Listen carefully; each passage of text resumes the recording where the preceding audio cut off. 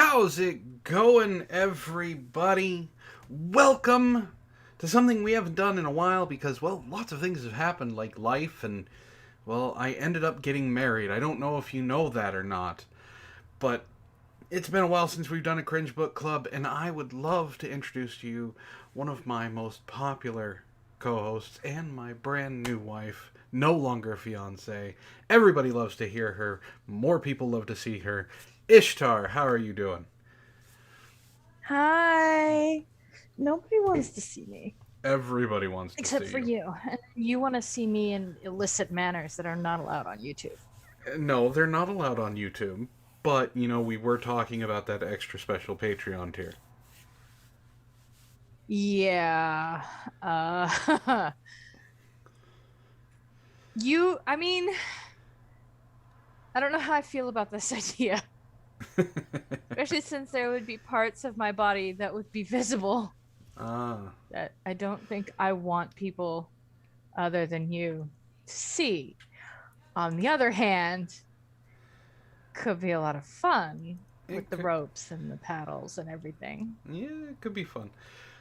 But before we get too much into this, let's say hello to the people who are waiting here for Cringe Book Club. And we Hi, have people who are waiting for a cringe book club. We have Zeo Gold who got first, Mitzi comes in second, and Wild Breath grabbed third place with Steve Fernandez coming in at honorable mention. How's it going, the four of you? Congratulations on getting the top four. Nathan Marcano is here. How's it going, Nathan? Ray, of course, is here, and he is super excited. And unfortunately, Ray, I do not have a good Arnold impression, or else I would really put some emphasis on the quote you gave just a little while ago. Let's see. Steve says, I will wait for MSNBC and Last Vox. Good sir. Steve, you are going to be missing out on a really fun story. Haster is here and says loads memes with religious intent. That is right. You can meme for the Cringe Book Club meme channel.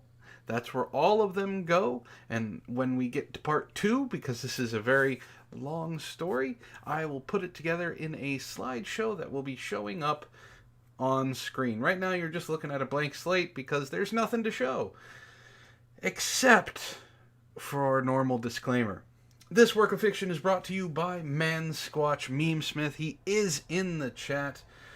Please direct any praise, memes, compliments, curses, and or hexes to him. Also, I'd like to state that cringe. What does it say? I can't read it. Hold on. I know. Give me just a second. I have to read the fine print. I gotta get my glasses, guys. Cringe Book Club is man. Cringe Book Club is not held liable for any loss of sanity or destruction of liver upon consumption of this media. So I think we're covered with that now. All right, who else is here?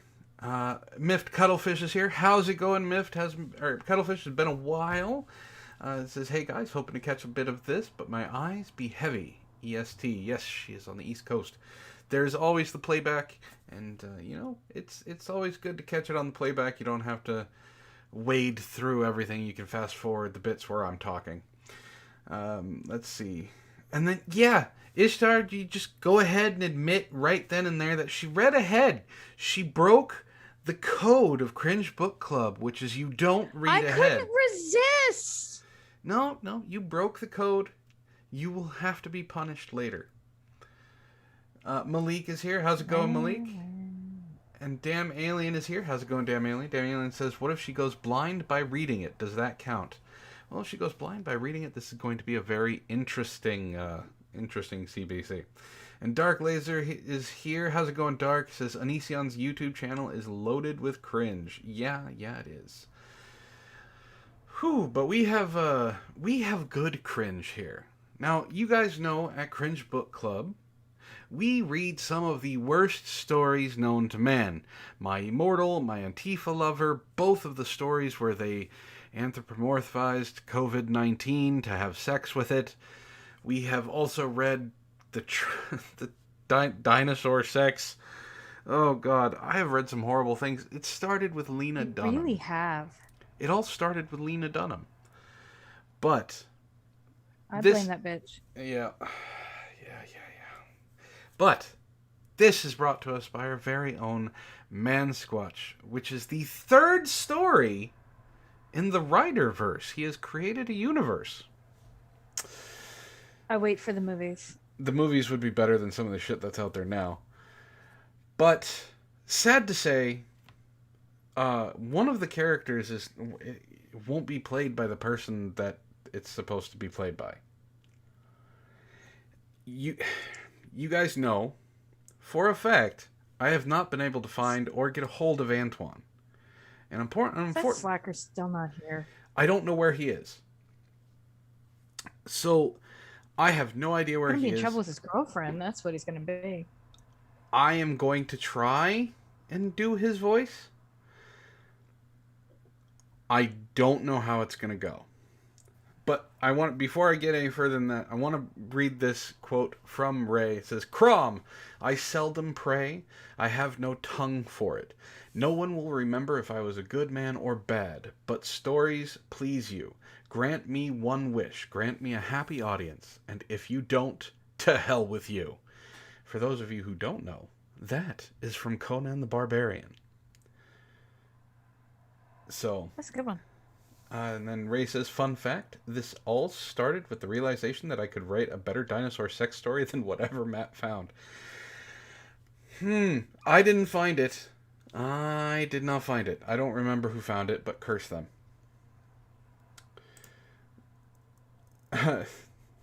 So, like I said, Antoine, hashtag find Antoine. We don't know where he is.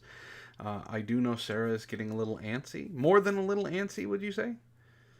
She's starting to get a little violent. I know I've seen her, prowling around, pacing in front of things. Her and Brockus got into a fist fight. Yeah. It was bad. We had to replace a couple doors yesterday. Just doors? And the window, the refrigerator. We still have the hole in the wall. Yeah. I mean, we were going to put an arch there anyway, but... Well, now we get to do it sooner rather than later. So I'm gonna try and do Antoine's voice. I used to be able to do a really good Cockney accent long time ago. I'm gonna try and harken back to that. How's it going, Bloodletter? It should be good. All right, are we ready for this? Yes. Okay. The events in this story... Oh, wait. First, let me say, once again, this is The Mattchelor Party by our very own Man-Squatch Meme Smith. The events in this story are fictitious. Any similarities to characters, real or imagined, are simply dumb luck. They'd be more accurate if I could afford Mitzi's tell-all book. Things I saw from between the slats in the closet door. But it's $39.99. Canadian. I don't know how she wrote that book, but I do know it's out there. She's making money off of it, I think. I don't know. She's got to pay for kitties. Yeah. Historians note, the events of this story take place about 4 months before the events of June 6, 2021. Well, they start in February, but, well, you'll see. Deep in the reaches of Otherrealm, in the stately manor that serves as the home for Sarah, Rider of Death, she and her cyberdemon beau, Antoine, lay in bed, in each other's arms, watching the live stream direct from the mortal's realm's tiny world of Earth. They relaxed in their bed and watched their very large television mounted on the wall opposite of the bed. Alright, I'm gonna try. Why are we... Hold on! No! No! Antoine? What the fuck? I didn't invite him. Where the hell have you been? Look, that's not important. Are you in the recording office? No. No, he's on the Zoom call. Is he? Look. Oh my god, he is. I had it on YouTube. Wow. Hi. Listen, Do you know how much trouble you're in with Sarah? I don't care about that. Listen, Ouch. nobody is going to I'm do not sure how me. you said that. No one is going to do me but me. I don't want to hear Matt do some weird Cockney accent. I've heard yours. It's worse than his. I don't know what you're talking about, love. Exactly. See? Knock it off. Cheers, love. I'm gonna hurt you. Oh, come on out here and give me a good paddling, baby. How are you gonna hurt her when no one knows where you are? Again, that's not important. We have to make this quick. You know your girlfriend's gonna kill you, right? Yes, I understand. Also, hello, Calavar. Hey, Cullivar. Look, everybody in the chat is happy to see you. Come back. We need you to do these things. Corvus is refusing to do any more of MSNBC. That's not my problem right now. What is your problem right now? I wish I could say. But if I And let technically, it is your problem because it's your show. No, listen. If I could say, it would let them know where I am. That's all I'm saying. Them who? I've already talked too much about it. Oh, for God's sake. Antoine, just let me tell Sarah where you are so she can go and help you. Yes, do tell me where you are, darling. I would love to, love, but I can't. Can't or won't. Can't. The things that I'm dealing with could even stop you. They would try. And I will remind you, I am more than just brute strength and a vicious scythe. Cuttlefish asks, where's Wolfie? We would be doing My Antifa Lover right now, but Wolfie is doing some really awesome things for some people in Florida.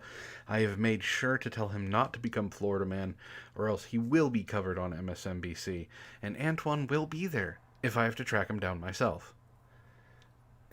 Listen, human, you have no idea what I'm dealing with right now. Let's just get through this, and I'm not letting you... told us.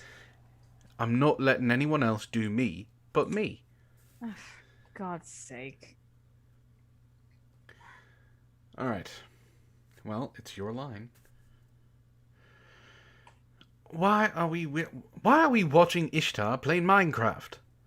Antoine asked Sarah as he nibbled on her ear. Matt told me we should watch, but he didn't go into details.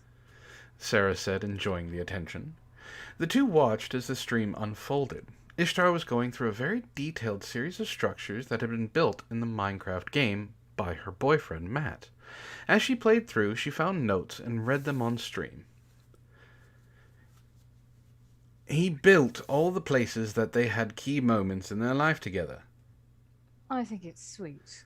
It's kind of lame. Sarah elbowed him in the rib, and Antoine grunted slightly. Ow!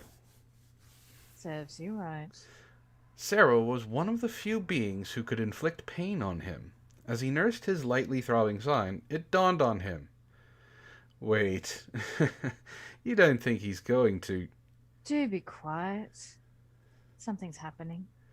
They watched the event unfold. Matt proposed to Ishtar via Minecraft. What Ray! Put it in the story. That makes me so happy. What a nerd. Sarah punched him in the arm, both playfully and rather hard. Hush. That's very romantic, especially for those two. So they're going to get married? It looks like. Which brings me to another point.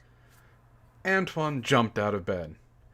Wait, isn't it customary for the man getting married to be thrown a raunchy party by his friends?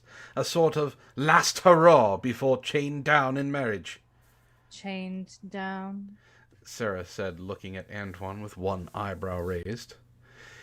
Her glare nearly burned a hole right through him. You know what I mean, but it also means I can finally execute my plan. Not that stupid plan you told me about. Don't worry about it. I'll keep everything in line. Besides, you can take Ishtar, to a party of her own. Oh, joy. I need to set up some final arrangements. He kissed Sarah and left the room excitedly running through what he needed to do in his mind. Sarah sighed for a moment. She knew everything would be okay. She'd been waiting for this moment since she'd met Antoine. She started to get a little lost in thought when her phone rang. She picked it up and answered the call. It was from her sister, Roxanne. The moment she answered the call, Roxanne shouted, Oh my God! Several days later, in a suburban neighborhood in the Pacific Northwest, smoke could be seen rising in the distance, but for a totally different reason than in the other realm. Far from that disturbance was a small suburban home where a man was just waking up. This was Matt, and he walked into the kitchen as he often did first thing in the morning. He started a pot of coffee and gathered the ingredients to cook his breakfast. Side note, Matt does not drink coffee. No. I can. I drink coffee. Yeah, she drinks coffee. Usually for me drinking coffee, it has enough cream and sugar and flavoring in it that it might as well be hot chocolate. He drinks Starbucks. Which is coffee light. Just as he pulled the food out of his refrigerator, his ever-present yet somehow reclusive roommate, Antoine, appeared in the kitchen. Morning there, chum! Matt startled and then turned to face his roommate. You seem chipper. Of course! It's a good day. We have big plans! Matt set the food down on the counter and absently responded with, We do? Matt, come on. I saw your proposal to Ishtar. Well done, my good man. Thanks, Matt said as he started scrambling some eggs. Antoine continued. And, as is tradition for humans, I'm taking you on a bachelor party. Matt just looked at the cyber demon. He was just smiling as Matt poured his coffee into his mug. He took a deep drink from his cup and waited for Antoine to drop the other shoe. But he was smiling, silently. I can't go now. I have work. About that. Check your email. Why? Just do it, Antoine said, handing Matt a tablet. Matt took the tablet and started scrolling through the icons. Where did you get the tablet? No matter. Just check your email. How weird is it to be reading about yourself? It's actually quite odd, believe it or not. Listen, I've been doing this for 3 stories now. It's fine. You get used to it. I don't know if I'll get used to this. Matt eyed the cyber demon cautiously as he tapped on the email icon. His email username and password were already filled in. Matt raised an eyebrow and looked up. How did you get my login information? Hello? Cyber demon, Antoine said, pointing at himself. Listen, Ray, I don't know how well you knew he was going to do that, but we're watching on the Zoom call. He did just that. Basically. Both fingers pointed at himself, big smile on his face. Yup. Shut up. Not that You look so smug.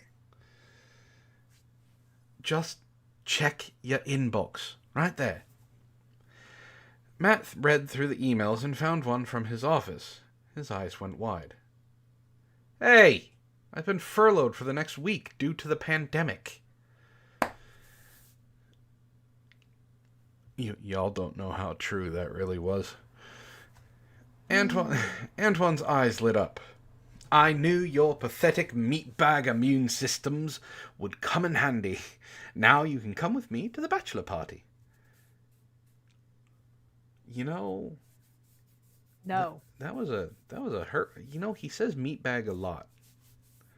He does. It's kind of getting... He forgets that Sarah was originally one of them. Very true. Matt handed the tablet back to Antoine and shook his head. He took another drink from the coffee and scooped up the eggs from the pan into 2 plates. He pulled some toast from the toaster and set the whole thing on the kitchen table. Finally, he looked back to the smiling Antoine and asked, "Is this some kind of joke?" "Nope. I worked my magic and convinced your company's corporate office to socially distance you all," Antoine said, cracking his knuckles. Clearly very satisfied with himself. We see the very satisfied look a lot around the house. When he's or around. did till someone decided to disappear. I'll tell you guys about that off air where they can't listen. You had better. Which means you have to come home. Well, thanks. Did you consider how I was going to pay my bills? Antoine tapped the icon on the tablet and said, "Check your bank account."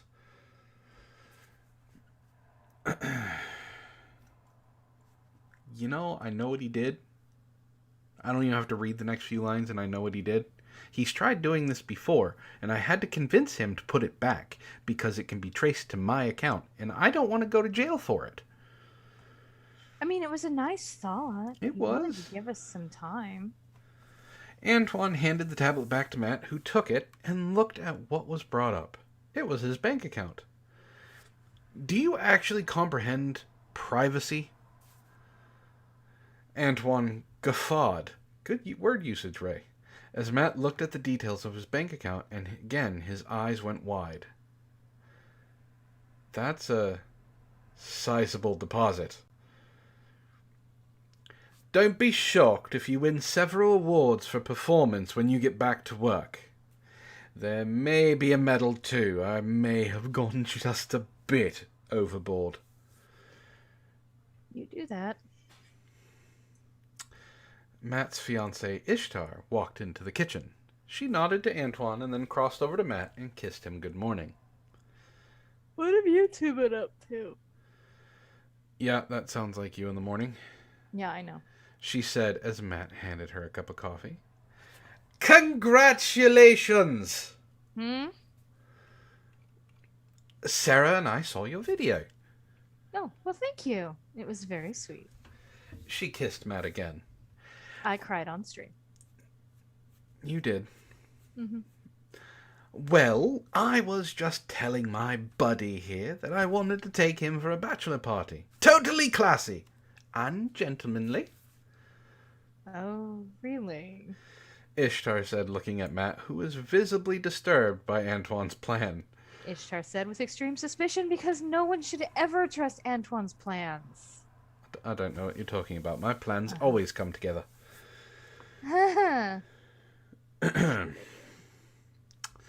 Matt pulled out the chair for Ishtar, and after she was seated, he got the last parts of their breakfast together.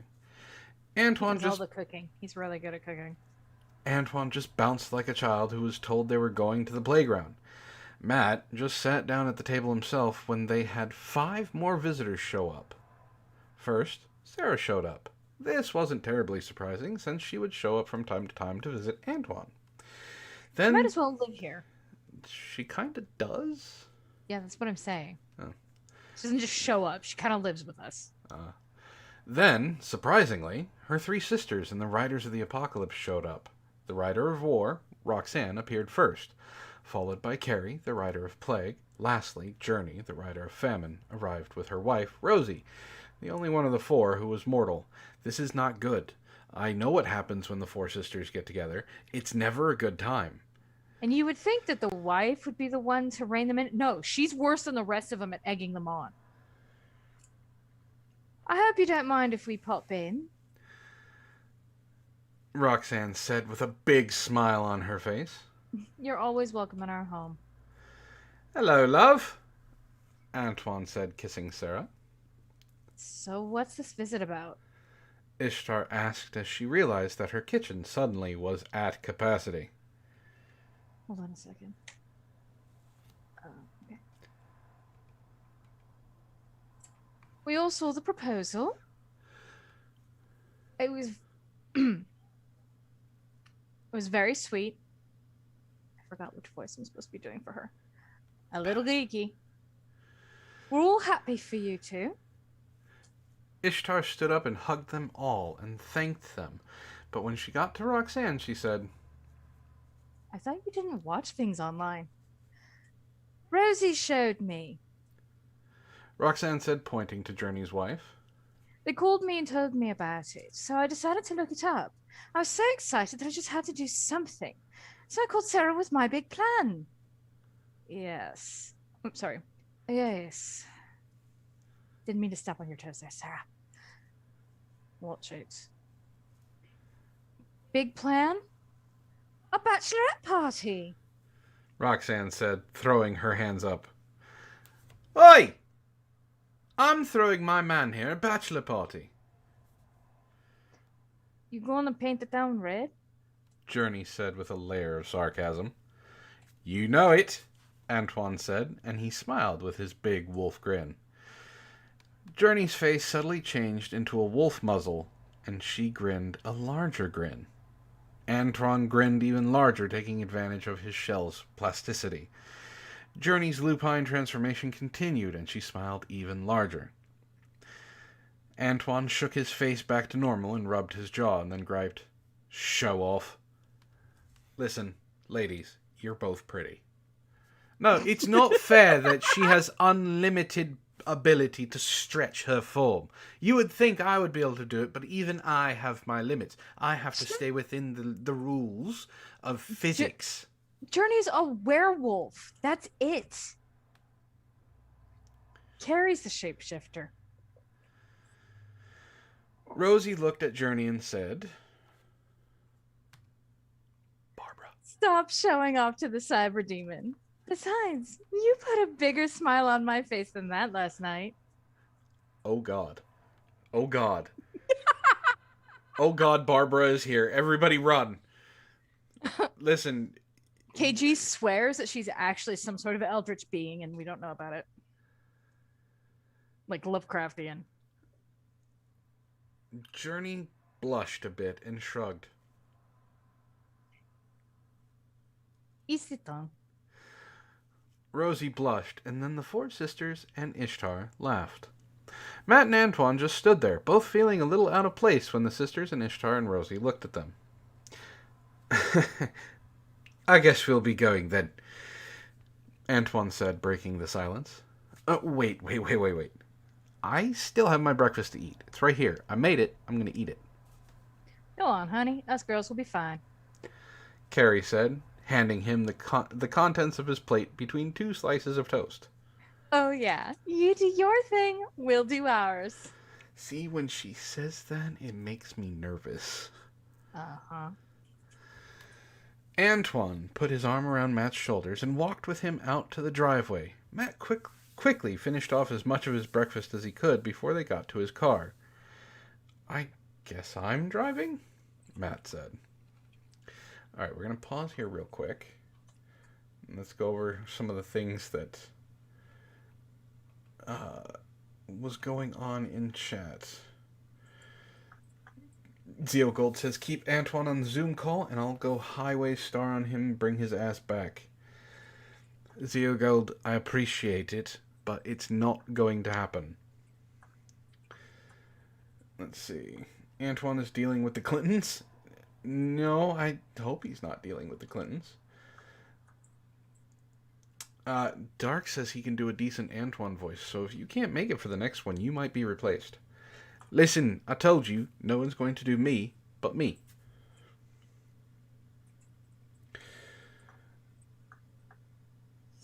Malik says it'd be a good chance to bring him on to see if he can do voices. Zio Gold says, yikes, poor Antoine. I heard his girlfriend punches like Tyson. Let's see. Zio Gold wants to know who else is in the story. Listen, Ray put the list of cast of characters at the beginning. There's a lot of people that he wrote into this story. And Ray says this is a kind of trial run for the next book. So there's going to be a fourth book in the Writerverse. Yeah. Alright. Is there memes? One meme There's only one meme right now? Only one meme.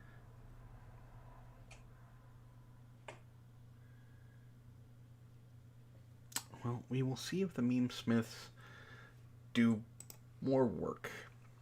All right. Let's continue. Antoine. Walt. Why do you keep looking over your shoulder? I keep telling you. I'll talk to you about it off air. Okay.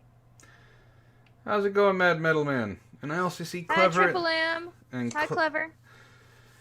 How's it going, guys? I will talk to you about it, alright? Just... It's your line. Alright.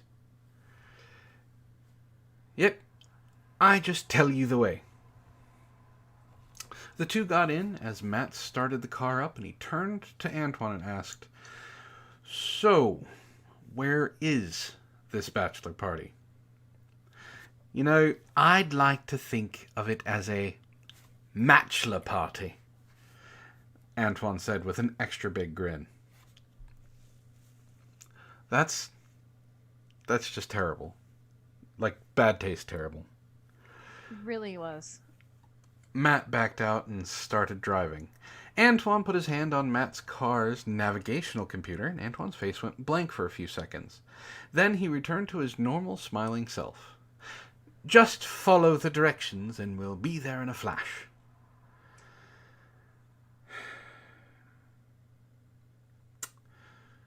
I hate when he does that.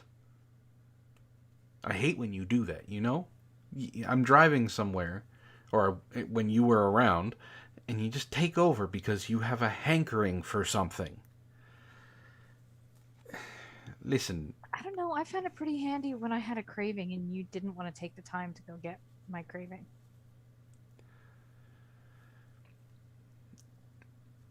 We'll talk about your cravings later. Matt decided just to roll with it and follow the directions. After about 20 minutes, they pulled up to a gated self-storage lot. He pulled up to the gate and stopped the car. Turning to the cyberdemon, Matt said, This is where you're throwing my bachelor party." No, but we need to get something from here first." "Why? What do you have stored here? Why do you even have a storage unit?" "What? I have my projects." "Roll down your window, would you?" "What?" "Just do it." Matt pressed the button on the driver's side door, and the window rolled down. Antoine stretched out his arm and reached across Matt, practically laying on his lap, as he pulled his head, torso, and one arm out of the driver's side window. Slut. "Listen, I can't help it if he can't keep his hands off me, alright?" That's my lap, and you're a slut.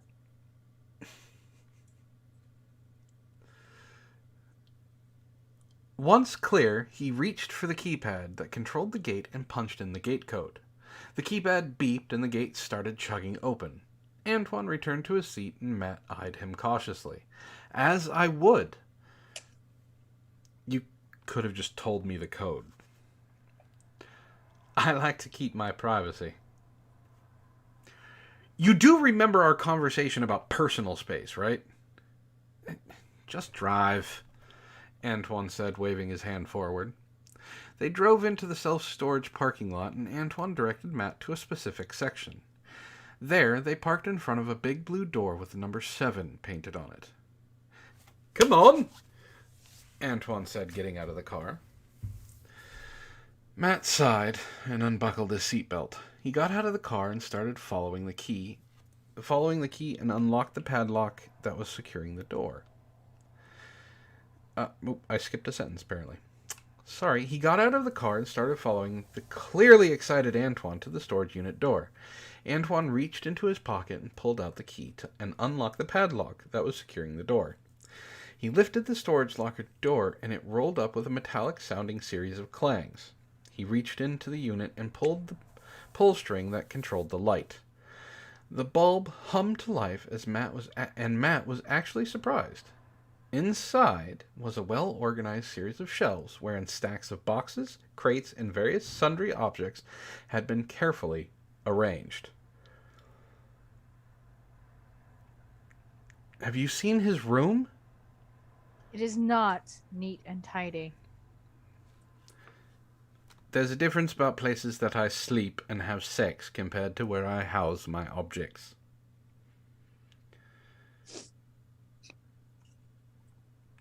Yeah, but Sarah... You want to keep Sarah happy. Well, yeah, that's why we usually sleep in her bed. This is just a crash pad for me. And he can find all his clothes at my place. He can't find them here. Matt cautiously followed the cyberdemon into the storage unit and marveled. It was much larger on the inside than it looked like it would be from the front. There were rows and rows of heavy-duty shelving with many things set on them. All covered in dust. I do not have dusty items. I may have knocked down a couple of walls in the storage units, but, they didn't need them. They sell those. Yeah, I know. I rented the other ones. Okay, that makes it better. Moving on. Antoine ran off ahead, leaving Matt to slowly look through the collection. The first shelf Matt came across had containers of many kinds, from wooden crates to cardboard boxes, and even a few burlap sacks. Matt opened one of the sacks and found a collection of teeth. He quickly set that one back. I don't want to know why he has teeth. Then he cautiously looked at the cardboard box next to it. It was a pile of popular science magazines. Confused and frankly concerned, Matt opened the lid on the nearby crate and found a huge stack of gold bricks. That's an interesting trio of things that you've got in your why is the gold in there? Why not a bank? I don't trust banks. So you trust you trust a storage unit with a lock that can be jimmied? Oh, yeah, you go ahead and try and break into my storage unit. I dare you. I want to know why he has teeth. No, you don't. No, I really do. Trust me. Honey. You really don't. Honey. What? Moving on. Matt decided to catch up with Antoine and try to forget what he just saw. He found himself a little lost in the rows of shelves. He started walking toward the light coming from the opening of the storage unit when Antoine called out to him. Following his voice, Matt made his way through the stacks and found him standing next to a huge crate. The crate was half as tall as Antoine, who himself stood a good 6 feet tall. Half again. It's 9 feet tall. Oh. The crate was half again as tall as Antoine, who himself stood... Okay. Oh, that's where he got the gold from. I knew they... What? Ray says that Opal pays top dollar for teeth. Is that what you're doing? That makes sense. She never asks where I actually get it from. She probably doesn't want to know. I know, that's why she makes the best client. You have no idea how much gold that tiny little woman actually has. I never meet her here in the dark, though. That's just a bad idea. I knew they would store it here. Store what? Antoine kicked the side of the crate and the whole front panel fell forward. The hinges on the bottom of the panel made a metal-on-metal sound as the panel itself landed on the concrete floor with an echoing thud. Once the dust cleared, Matt got a good look at what was inside. It was an impressive-looking machine. It was a shiny silver color with white panel accents. On the right side of the machine was a large, round platform that was softly glowing blue. The blue light gently pulsed every half second. Matt could hear the faint hum of a power generator of some kind. On the left was a small command console that came up for about 4 feet. It had a keyboard, 2 readout monitors, and between them was a single big red button. Never. Big red buttons are always a red flag. Antoine quickly typed. Especially when it. Oh, sorry. No, go ahead. Especially when it comes to Antoine. Yeah. Antoine quickly typed in some commands on the keyboard, inspected the readout, and then stepped back with a proud look on his face. He nodded to the machine and then said to Matt, "There we go, friend o' mine, all set for our destination." Destination?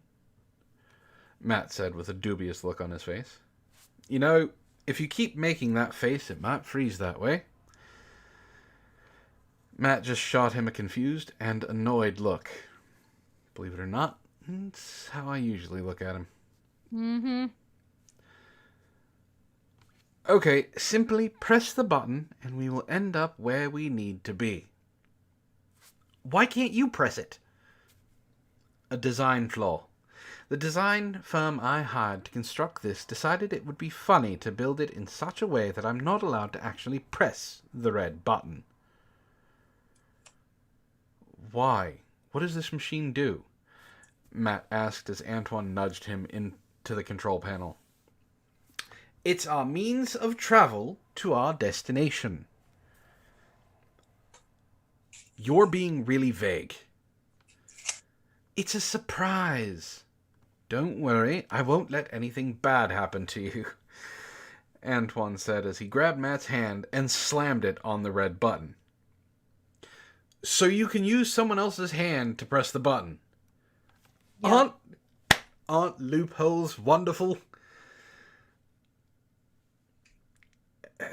You know, I mean, that's kind of like Thor's hammer. You put it in an elevator, the elevator will still raise the hammer.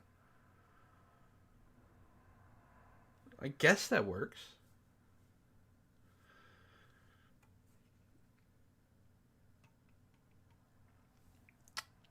Alright, where are we?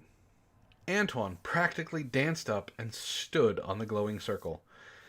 Come on up here. It will kick off when we both get on. Cautiously, because whenever Antoine is that excited about something that's not Sarah, you should be very cautious. Matt followed Antoine onto the platform. The machine came to life. It started to rumble and then glow. Then the light got really bright. A blinding flash and a thunderclap later, Matt screamed. He found himself someplace completely different. He was clutching his chest with his arms, holding on for dear life. He had fallen down into the fetal position. I'm okay with that. At the same moment, Antoine appeared next to him. The cyber demon was crouched, one fist on the ground, eyes focused on the ground with a serious look on his face. He slowly lifted his head, stood tall, and turned towards Matt. Then his cool, composed expression broke when he saw his friend shaking on the ground. Come on, man, Antoine chastised the shocked human. You had a chance for a truly epic time travel pose. You didn't give him a chance to prepare one of those. That's hardly fair. So you didn't tell me that you didn't even tell me that it was a time travel machine or even prepare me for it, and you get to pull a Terminator pose. Yeah, I got the sheet machine made.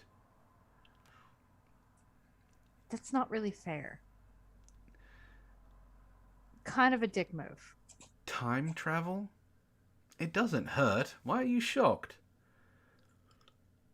Time travel. Come on now, Antoine said, holding out his hand. We have your party to get to. Matt stood up with the help of Antoine and slowly shook himself out of his daze. What year is it? 1964. Why did we come to this year? This is where your bachelor party is. Why did we have to go back in time? Well, there are just some things we can't do in 2021. You know, with lockdowns, government surveillance, civil rights, etc. Matt, still trying to come to his senses, perked up and asks, "What do you mean, civil rights?" Never mind about that. We have a party to get to. Come on. Hold on. You have me asking the pertinent questions, Ray. I'm... Civil rights. Alright.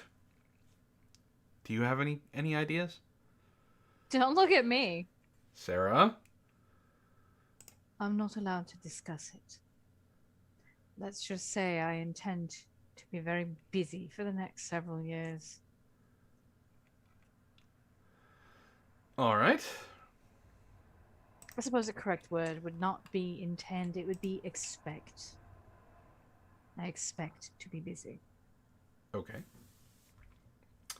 Is there something I should know about? Stock up. That That's the doesn't... best I can tell you. That doesn't make me feel any better. Was it intended to? Was I supposed to comfort you or tell you the truth? Yes, you're my friend. You sugarcoat... Don't worry, Matt. Everything will be fine. Sarah and Antoine will protect you little humans and your frail bodies. Is that better? Well, no, I just feel like you're trying to infantilize me. You are awfully young. I'm gonna be 40! So? You're still younger than I am. You look 25. Appearances are deceiving. Didn't we tell you that when we moved in? Can we get on with this? I don't know how much time I have. You'd have more if you told me what was going on. Or at least where you were. I will tell you later. Antoine led Matt out of the alleyway they had arrived in, and Matt found that they were just off the main strip of Las Vegas. He took a moment to adjust to the bright lights, the traffic, both foot and vehicle, and the many casinos. His ability to hear things had been reduced by the loud sound the time machine had made, but as it came back, the sounds of Vegas took its place. That would be your ideal bachelor party spot. What, Vegas? Yes. Why? Classic old Vegas. Oh, classic old Vegas. Yeah, it would. Yeah. Okay, Antoine said, rubbing his hands together. Let's paint this town red. Over the next hour, the two of them visited 3 different casinos. Antoine somehow had a supply of cash and bills and coins from the 1960s, which allowed them to gamble and buy drinks. Antoine couldn't get drunk, so drank like a sailor. Matt, however, moderated his drinking to keep himself at a mild buzz. This is actually pretty fun, Matt said after winning several $100s at blackjack tables. Poker's usually your game. Yeah. FYI, Ray, for the future, I actually cannot stand blackjack. He's good at poker, is okay with roulette. I'm glad you're having a good time, but the best is yet to come, Antoine said, slapping his friend on the back. There's more? Matt asked as they walked down the hall. Oh yeah, we're going to have a stellar time. Why did you say it like that? Like what? Antoine turned to look at it and looked at his friend. Why did you pause before saying stellar? Antoine scrunched his face and then shrugged. No reason. Come along. We have one more thing to do before moving on. As the two of them moved down the hall, a casino employee looked up while vacuuming the carpet. He watched the two of them cautiously, and as soon as they had rounded the corner, he wrapped the cord from up his vacuum and trotted over to the bar where one of the few coworkers would give him the time of day was working. Did you hear those two talking? The casino employee said to the bartender. I hear lots of people talking. The other guy said as he washed glasses.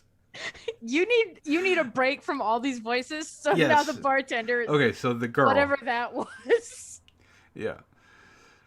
The guy in the red suit. He talked about having a stellar time. Are you on about your moon people again? This might really be it. I don't know. I really couldn't tell those two guys apart. Which is a lie. Bartenders have really observant traits. It's the only way they keep from getting cheated. Did you see the face of the guy in the red hood? It was all black. Yeah, they allow those kinds of people in this casino. We're progressive.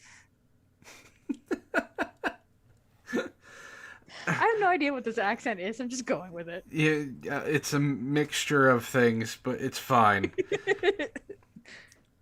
Actually, it's horrible, and you're destroying everything of my heritage, and it hurts. Love you too.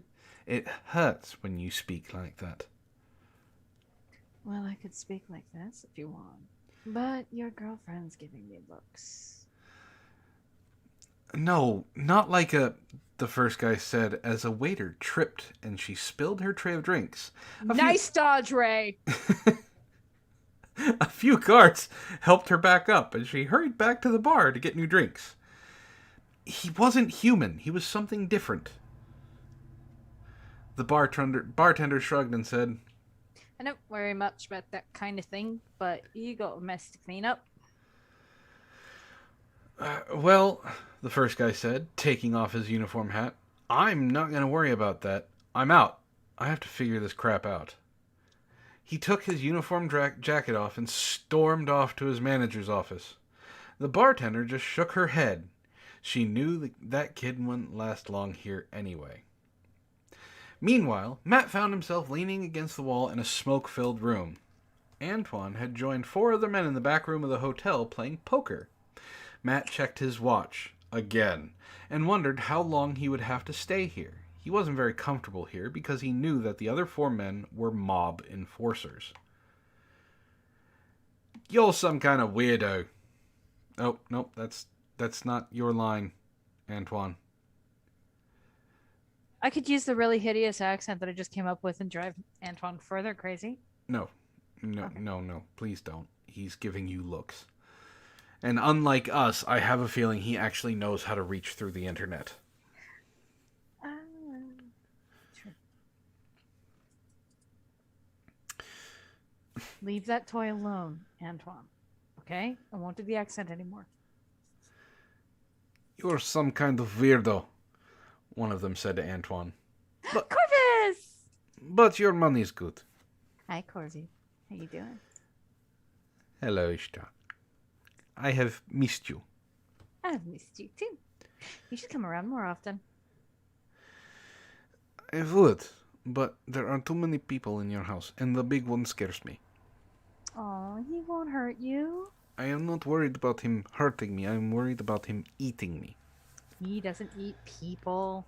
At least not people we've invited over. That's not true. I've seen Brockus eat many people. Not in our house. There's a rule. We made it when he moved in. You should come around more often, Corvus. I will think about it. Okay. Yeah, if Antoine's not back, we can use you for... I am not doing MSNBC. Aw, please. Everybody likes hearing your voice. I am not sure how to do it properly. It was very weird last time. You did fine last time. We'll talk about it after the show, okay? Alright, we shall talk. Oh. Can I continue? Yes. Sorry. Continue. I like it when Corvus visits. I'm more interested in your money. Good luck with that, another of them said. They finished the hand and dealt another. As Antoine started cleaning up, the other 4 guys started eyeing him with more scrutiny. Matt started getting a little worried, especially after he realized what Antoine was doing. He knew the Cyberdemon's tricks as well as anyone. he was dealing dirty. Antoine! What? I can't necessarily count cards. It's not how poker works. So, aside from doing the math and of the hands and everything like that, I tried to give myself an advantage.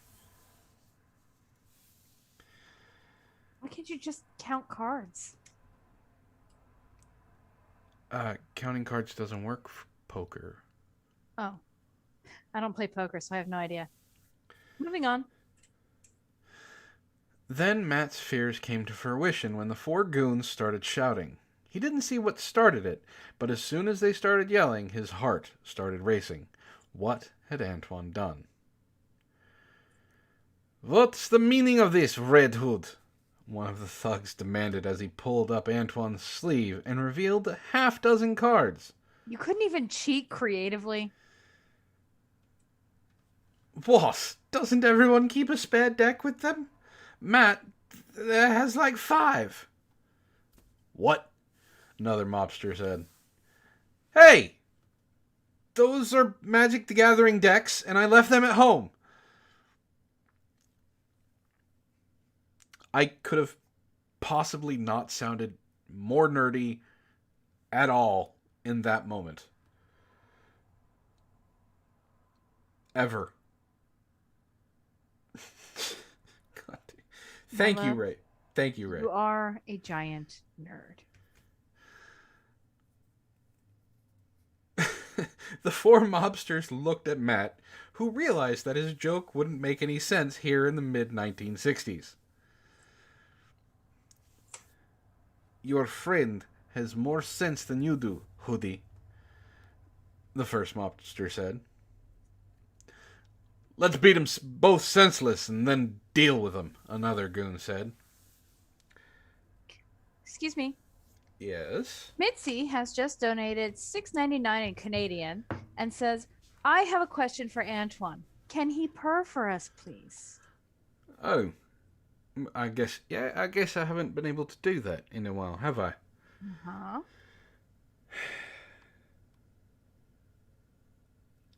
You know, she did pay for it. She did. We are in the middle of an action scene.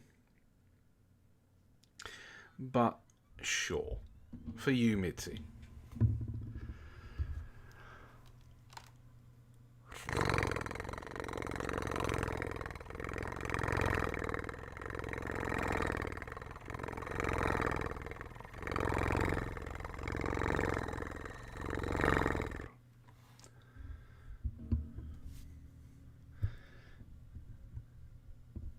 Did you hear that, Ishtar?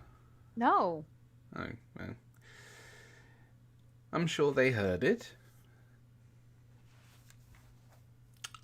You're gonna have to get that fixed. Yeah. Wait. Let's talk about this, Matt said, holding up his hands as one of the goons grabbed him by the collar. Say your piece.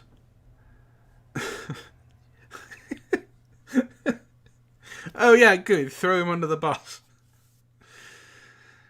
What? You're the one who brought me into a mob game of poker. What do you want me to say? He's the one who cheated, Matt shouted, pointing.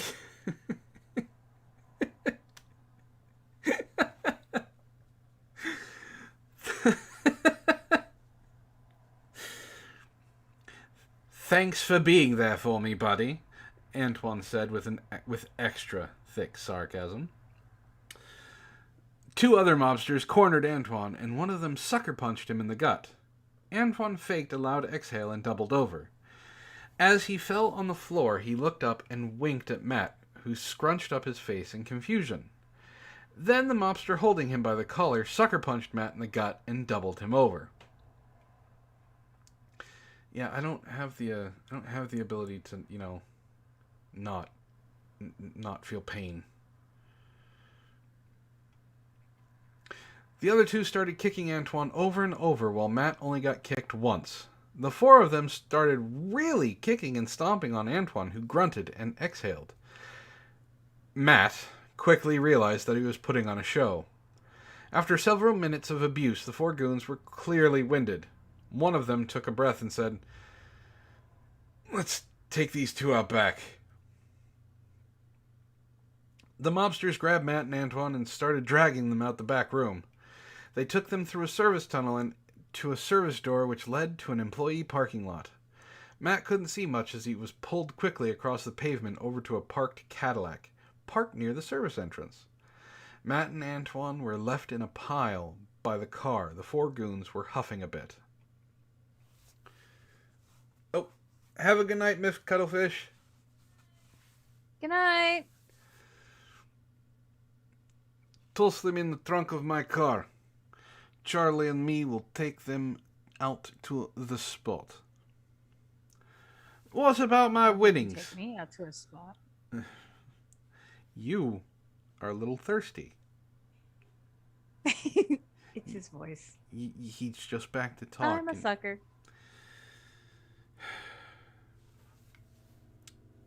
You know, you don't do this with my voice. No, I do other things with your voice.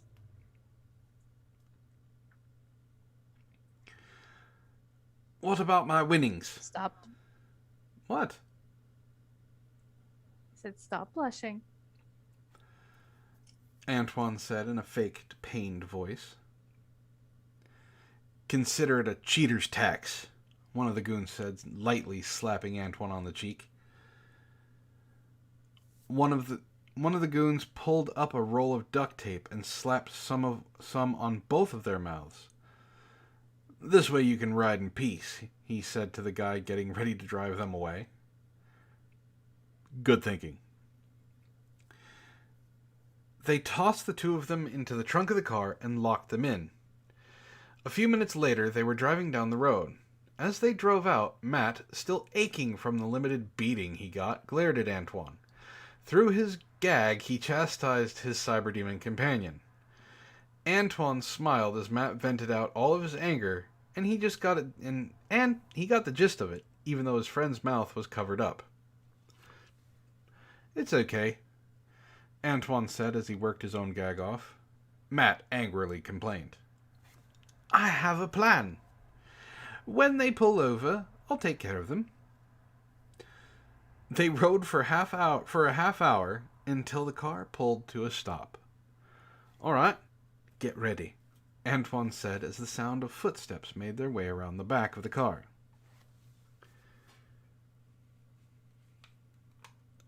Apparently I didn't get to spend my winnings. I'm being pulled out into the middle of nowhere to be buried alive by the Italian mob.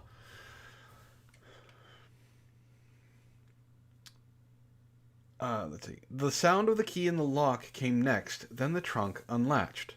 Bright light shone in, and Antoine jumped into action.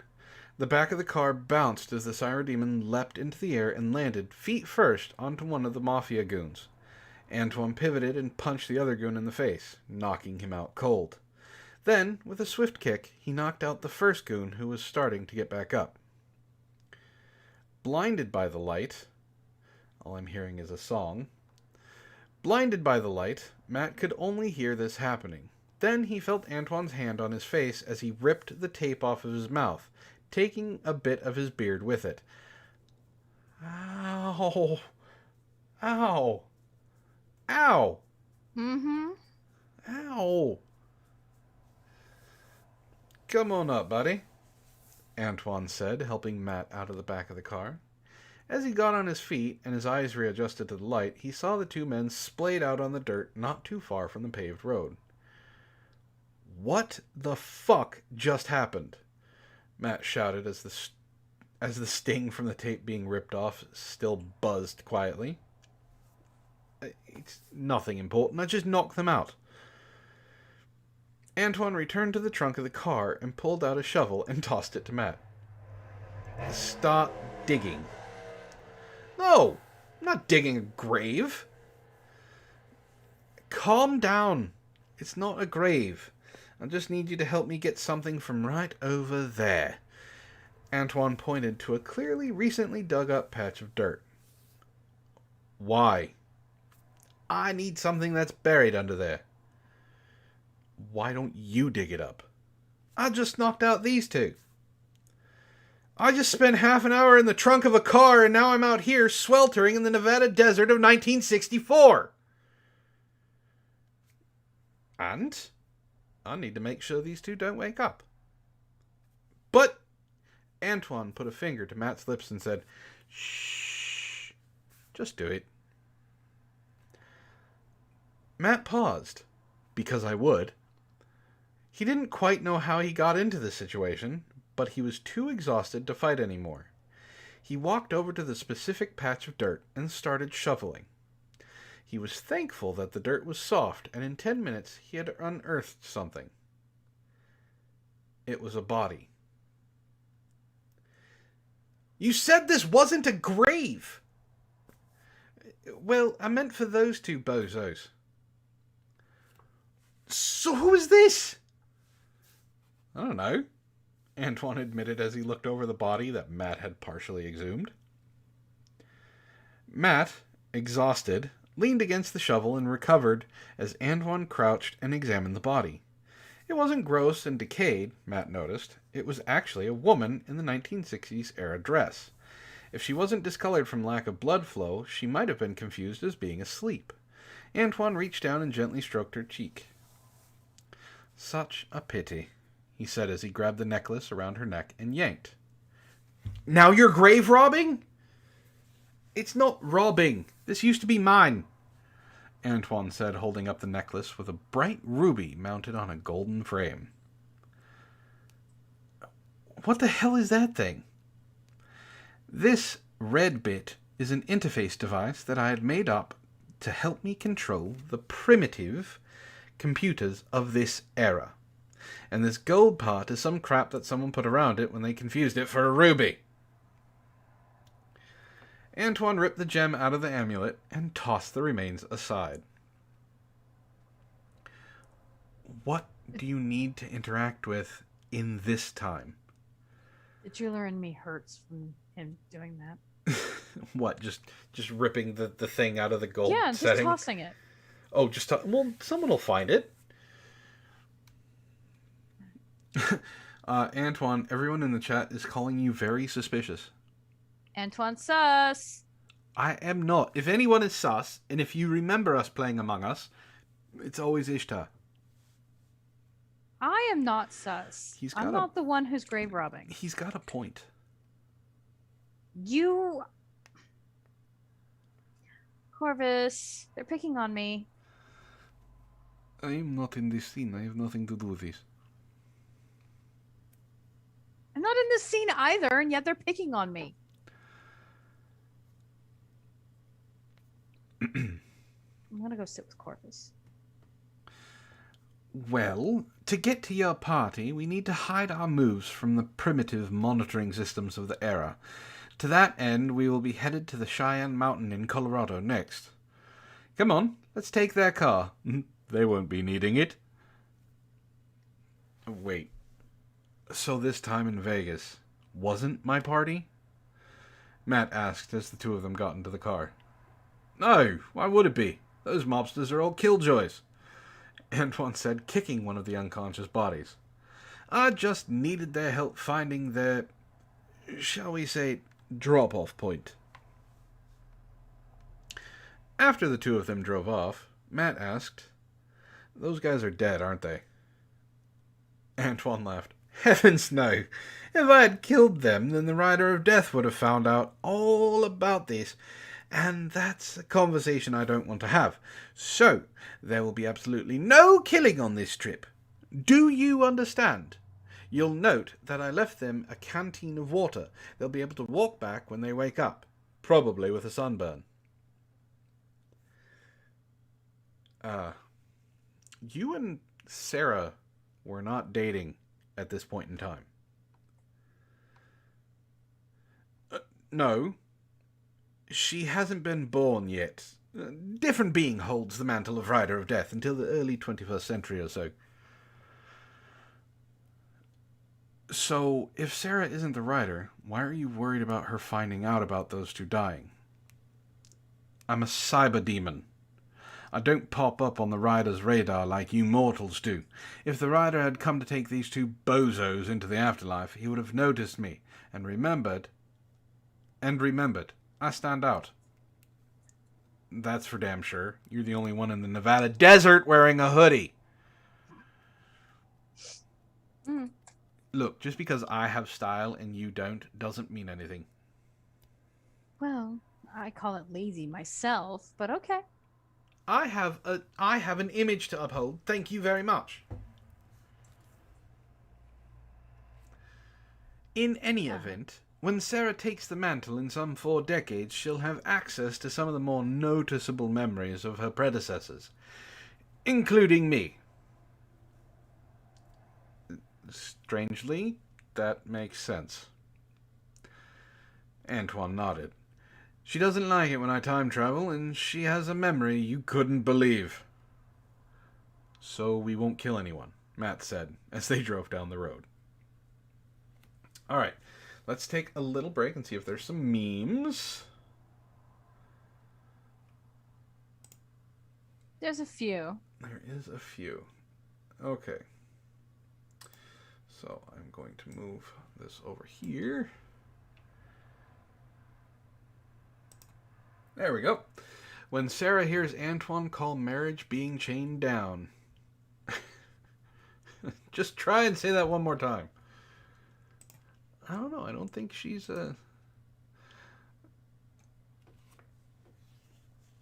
I think Journey may have something to say about how she looks. She's pretty buff. That's also male. I mean, both of them have boobs. His may be bigger than hers. She could be jealous. You don't know. Those are pecs. Thank you so much, Bloodletter. I'm glad you like it. And yes, so far, Ray, this is really good. It is really weird reading about myself. I still haven't gotten over that. But It is highly entertaining, even if I'm just sitting here kibitzing. I'm enjoying it very much so far. I feel bad because Ish doesn't have anything to do and Sarah's just staring at me and keeps mouthing the words, "Find him." Mm-hmm. When Matt sees Sarah and her sisters walk into the room. This is a true statement because every single time they're together, something happens. Something bad happens. Yeah.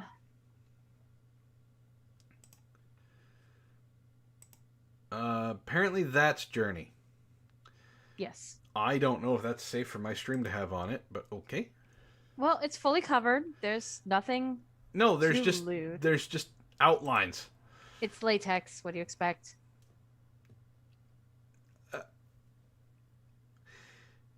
Well, did Sarah look like that when she heard Antoine? No, she looked more like she was gonna kill him. Therapist. 60s Matt isn't real. He can't hurt you. 60s Matt.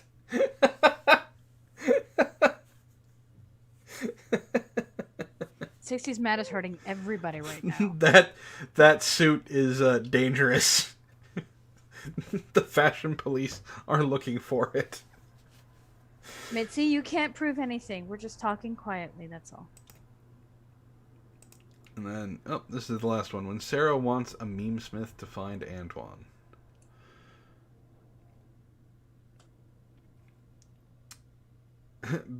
The Nevada part was influenced by the movie poster of Fear and Loathing in Las Vegas. Not bad. Not bad. Alright, so that is all the memes so far. I was hoping for a bit more, but so I kind of get why there's not as many memes for this. And to put it quite simply, Ray, this is a good story comparatively to what we normally read, which people can make fun of till the ends of the earth. So I'm really enjoying it. I'm getting a kick out of it. So I hope you guys are too, while we're reading it. I know Ishtar is having fun. Uh-huh. If she can keep her hands out of Corvus's lap. My hands are nowhere near Corvus's lap. They're sitting very nicely in my lap. Uh-huh. We're just talking quietly, that's all. Mm-hmm. We are. Should we continue now? Yes. You sure? Yes. You want to keep whispering into his ear? Because Yes. whatever you're saying is making him blush. I know, isn't it fun? All right. Half a day later, they managed to get halfway to Cheyenne Mountain before the car broke down. Antoine managed to coax just enough life out of the Cadillac to pull into an establishment that served as a rest stop, garage, and diner. The two had made their way into the restaurant and were now sitting in a booth looking over several road maps, bus schedules, and a menu. Matt nursed a glass of water and Antoine seemed to be compiling all of his data into a plan. His face seemed to flicker slightly as he focused. So, where do we go from here? Well, several buses leave from here to Colorado Springs, Antoine said, reading the bus schedule. We can take any of these and be there in a few hours. What's up there that's so important? It's part of your party, okay? I'm trying to throw you the best Mattchelor party I can, and here you are, just bitching and whining. You have to dig a grave, you have to dig someone up. Why did you steal her necklace? Why did you cheat the mobsters? Listen, it's just calm down and enjoy it.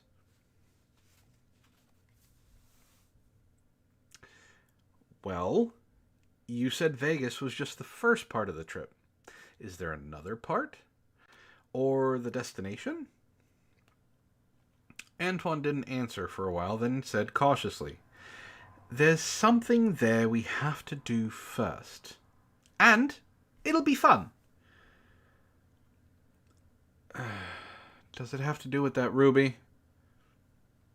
After a fact. So what do we need to do? Well, we need to get a ride up the road. We need to get a ride up the road and 2 states over.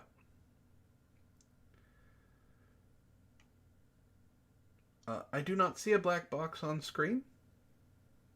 If you're talking about the black box in the upper right-hand corner, that is actually the chat window bloodletter.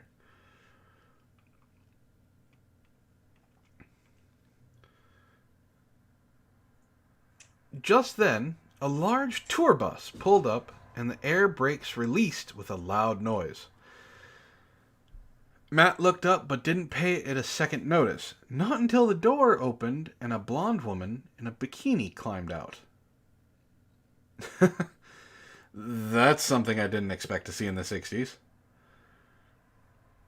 The woman walked out of the bus and then wrapped a cloth around her, making a makeshift dress. She walked on sandaled feet into the diner where everyone turned to look at her.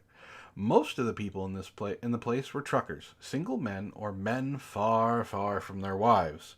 One of the waitresses was a little shocked by it, and the other just tisked at the impropriety of walking around half-dressed like that. Several other women came out of the bus and followed suit, but some put on long t-shirts rather than wrapping a dress around themselves. Now that's something. They are in bikinis. I'm sure you like that. Of course, I like beautiful women. Wait, what are you asking here? Antoine just nodded his head towards them. First, yes, they are quite beautiful. And they're my mother's age. Well, closer to your mother's babysitter's age. These ladies were probably born in the late 1940s. Listen, I'm getting married. You do understand what that means? Yeah, I know, tied down for life, or part thereof, unless you're from Utah. Don't start with that. What I'm trying to say is that it's not cheating if you're in a different time frame. Yes, it's always cheating. Well, what if we went to the other side of the galaxy? It's still cheating. Matt said, and then he paused and scrunched his face up. Why? What's on the other side of the galaxy? I'm not too sure, honestly. I haven't been there in years. The point is... Hold that thought, Antoine said, jumping up.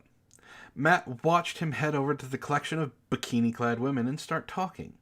The women actually giggled and laughed, but Matt couldn't hear what he had said to them. He just sat there wondering about his recent choices. Oh, am I wondering about my choices. 2 of the women left, and the third came back with Antoine to Matt's table.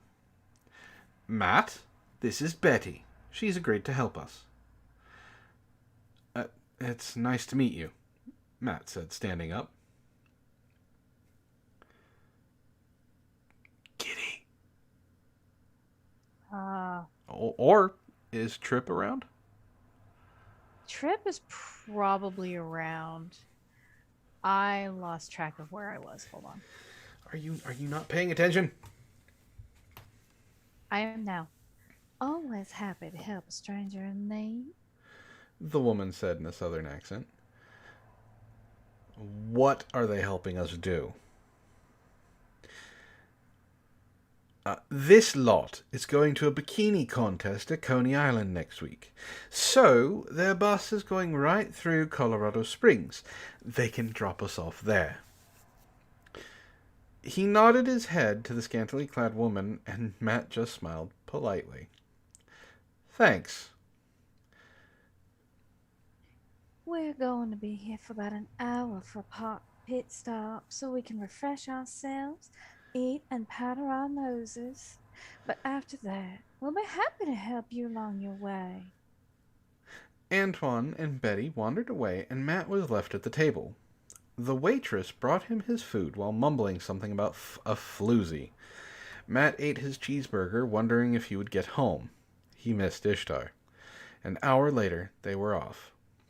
5 more hours later, and the bus pulled into Colorado Springs, and Matt and Antoine got off the bus. Bye, ladies! Bye! All the women said, waving to the 2 of them through the open windows of the bus, and drove away. Matt turned to Antoine, who just waved at the bus as it left. I'm glad they dropped us off here after what you did. What do you mean what I did? How's your wrist? Antoine started. He shook out his wrist. Will be fine. I'm not sure how she did that. It serves you right for trying to grope her. I was not trying to grope her. I just brushed too close to her. Matt shrugged. He was probably right. The bus had been tight quarters, and all those bikini ladies, it turned out, were members of the very fundamentalist church, and they were only doing the bikini model thing as a way of raising funds and awareness for their church, which, ironically, was very much about modesty.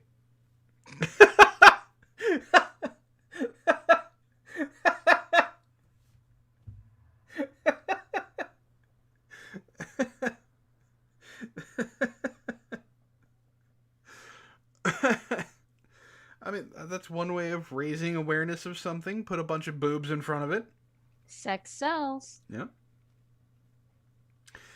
Matt very much believed that Antoine wouldn't have crossed any lines, at least about physical contact. But he didn't make things better by discussing the individual's bus size loudly. It wasn't his fault that he lost his balance when the bus took a sharp corner, either. The woman had broken his fall. Thankfully, they allowed them to stay on the bus, only so long as they stayed quiet and in the front seat.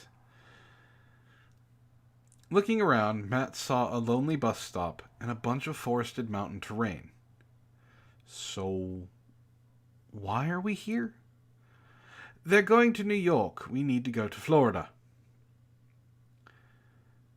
Matt slowly counted to 5 and then said, So why are we at an abandoned bus stop in Colorado?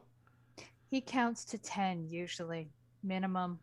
Longest I've ever seen, he counted to 60. And it's still Then Antoine started running. I told you.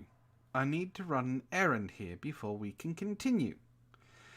Antoine started walking down the cross street, which quickly turned into a dirt path leading into the mountains.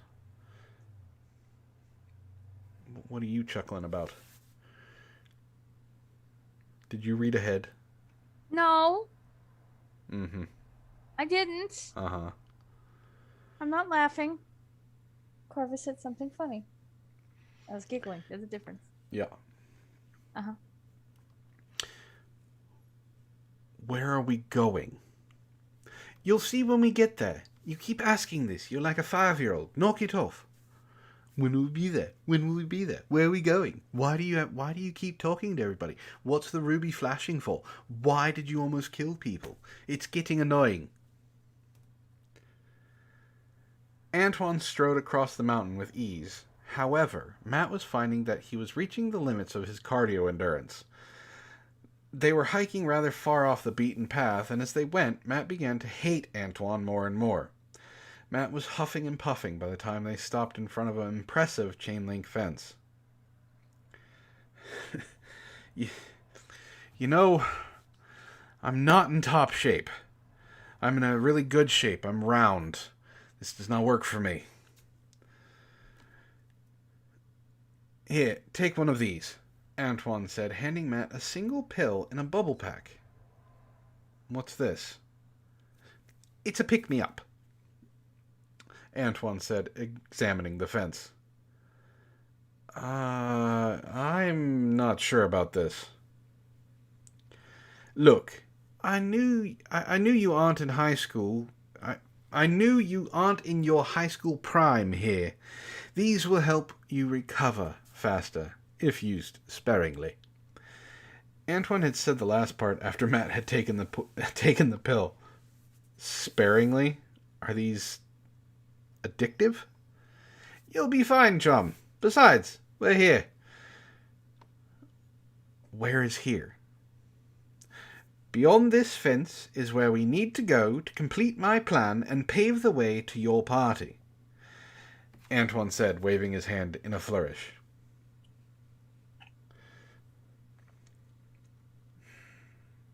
See, at this point I'd be growling. Because he does this when he's trying to work around telling you something. Uh-huh. It's so... You guys have no idea how annoying it is. It is majorly annoying. Listen, I cannot help it if the two of you don't understand Antoinese. Okay, you don't speak Antoinese. You speak cryptic words, half-finished sentences, and God forbid you get talking with that one winged chick who shows up periodically, because then we can't even understand that. Why does she keep showing up? Again, Antoinese. You have to understand it first. Sarah doesn't even understand Antoinese. What's your point? I don't understand it because I don't want to understand it. If I understand it, I will be more frustrated with him than I currently am.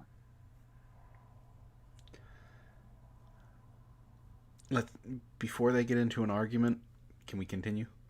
Yes. Okay. So what's your plan? Antoine didn't respond. Instead, he grabbed a section of the chain link fence and yanked. He ripped off the section of a chain link like it was paper, taking one of the fence posts with it. He tossed the whole mess aside. Antoine started walking through while Matt's jaw dropped. What the fuck are you doing? Why are you being quiet? They don't have cameras or sensors out here. It's 1964. Antoine said as he dragged Matt through the hole in the fence. Matt was in a near state of panic as Antoine led him by the hand across another quarter-mile of near mountain terrain until they came to a bare patch of the forest where the only thing of note was a concrete slab with a heavy steel door mounted in the center of it. What's under that? Oh, NORAD, Antoine said, ripping the heavy steel door off its triple-bolted hinges. Why are we going into NORAD? See, I'd be punching him right now, but he wouldn't feel it, and he's not here for me to punch him, because I know you guys don't understand this. Ray has captured Antoine's personality and his impishness and just frustrating fucking nature to a T. He says these things and expects you to just understand.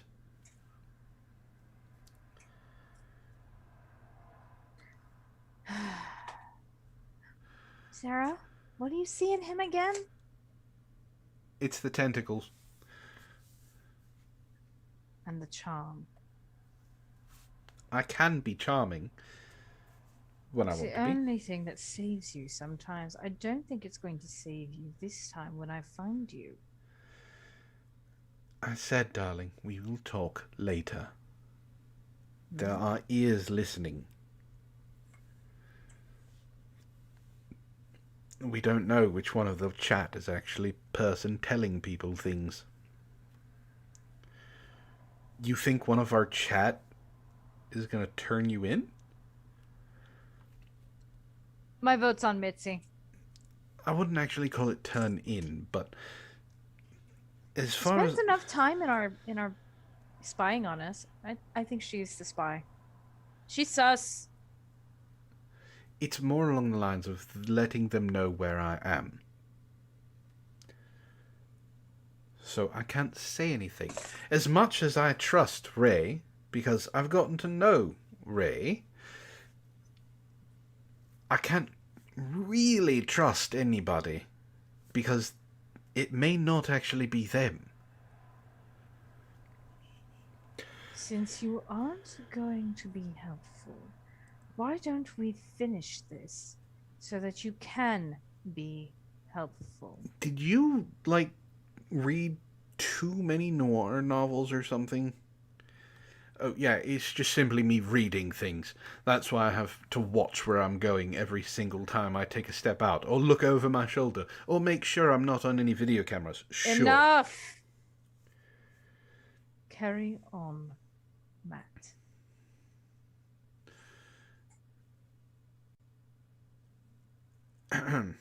Antoine turned to the man and then cocked his head to the side. Look, I really need you to save your questions for the end. We need to be quiet while we're in there. Trust me, it will all make sense in a few minutes. Matt just stared at the cyberdemon. Look, have I ever let you down?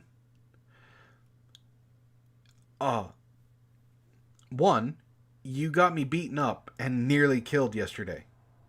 But you're still here, and in good shape. 2, I'm sweating like a pig and exhausted. Are you exhausted? Antoine asked, raising an eyebrow. Matt was amazed. Matt was amazed to realize he wasn't. His legs weren't hurting, and he wasn't huffing. That pill really did work. Can I have one of those? I'm still sweating like crazy. I wasn't going to say anything. My point is, why should I trust you now? Because if we don't go down that staircase, the patrol will find us in like 2 minutes. Matt just shook his head. He wanted to ask another question, but realized he really didn't have time. He could hear the patrol coming. So he started climbing down the ladder. Antoine followed. They climbed down for a few minutes until they got to the bottom of the shaft. Matt's arms were really starting to get sore, and his legs were practically jello.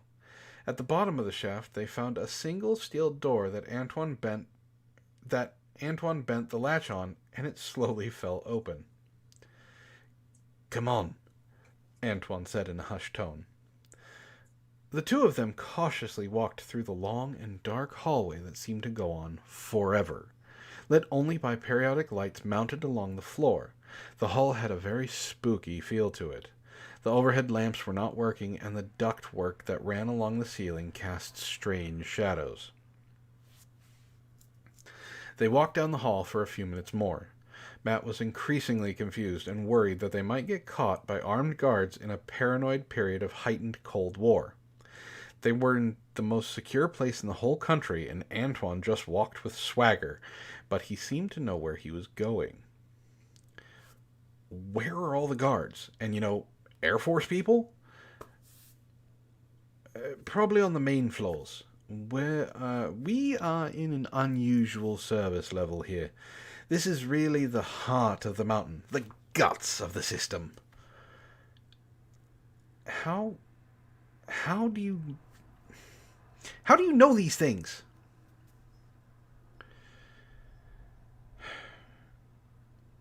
I read the Wikipedia page when I was bored one time.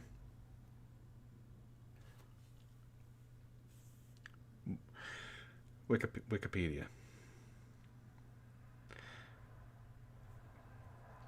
You've taken us into the belly of the North American Radar Defense Command Base on a Wikipedia page?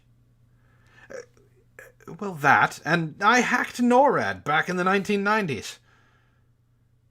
Just like that. Yep. They passed down some more corridors and down some hallways before coming into a very large room full of computer equipment. None of it was powered on. The room only had emergency lighting along the walls near the floor and a few emergency lights high up. The whole place was full of shadow and was rather creepy. The back wall had a number of huge screens that Matt could see his distorted reflection in. In front of the big screens were 3 rows of computer terminals laid out in a horseshoe pattern.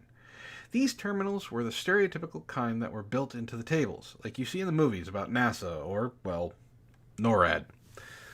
Antoine pulled Matt into the room and down to the corner of one of the rows of terminals. He came to the end of the row and started feeling around the back side of it. Then, with a clunk, Antoine flipped a switch and the terminal started humming to life. Some of the keys started glowing and the readout screen began to turn on. White letters began reporting the system startup and readouts. Antoine pulled the red gem out of his pocket and slapped it against the side of the terminal. The gem turned into a liquid and flowed through the solid steel casing of the terminal like water through flowing sand, or water flowing through sand. I can talk. Are you sure? Yes. Antoine's finger held a single strand of the red goo, which connected him directly into the system. His face started to change. Instead of his normal wolf grin, it changed into 2 flat lines for eyes and a third larger line for a mouth. Matt watched the change. He'd seen things like this before, but never so extreme. Then Matt watched as Antoine's eyes turned into X's. Are you okay? Give me a few moments. This thing talks slow as hell. Matt nervously kept watch as Antoine did whatever he was doing, or to, the computer. The seconds turned into minutes, and Matt began to get really scared. He was effectively alone in this heavily fortified place while Antoine was locked into this computer. Finally, Antoine's face returned to normal, but his eyes remained closed for a few moments longer. Antoine was gyrating uncomfortably. He grunted and pulled his hand away from the terminal. The red goo reformed into a solid cut ruby shape, and Antoine put it back in his pocket. Matt shot him a disgusted look and asked, "Do you need a cigarette?" "Don't be crass, man. It's not like that. We're just friends. We're done here. Let's get out of here." "You gonna call her in the morning?" "Shut up." Antoine waved Matt on and they left the room and walked back down the hallway.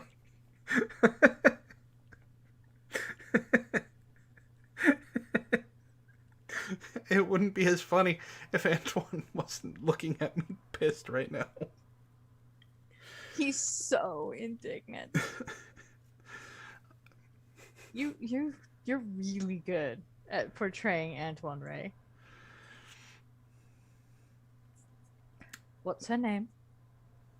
There's no name. This didn't happen. Are you sure? Yes. At this one? What do you mean at this one? There are a lot of computers out there. I don't know what Ray has in his head about what I do when I merge with a computer, but it's not that.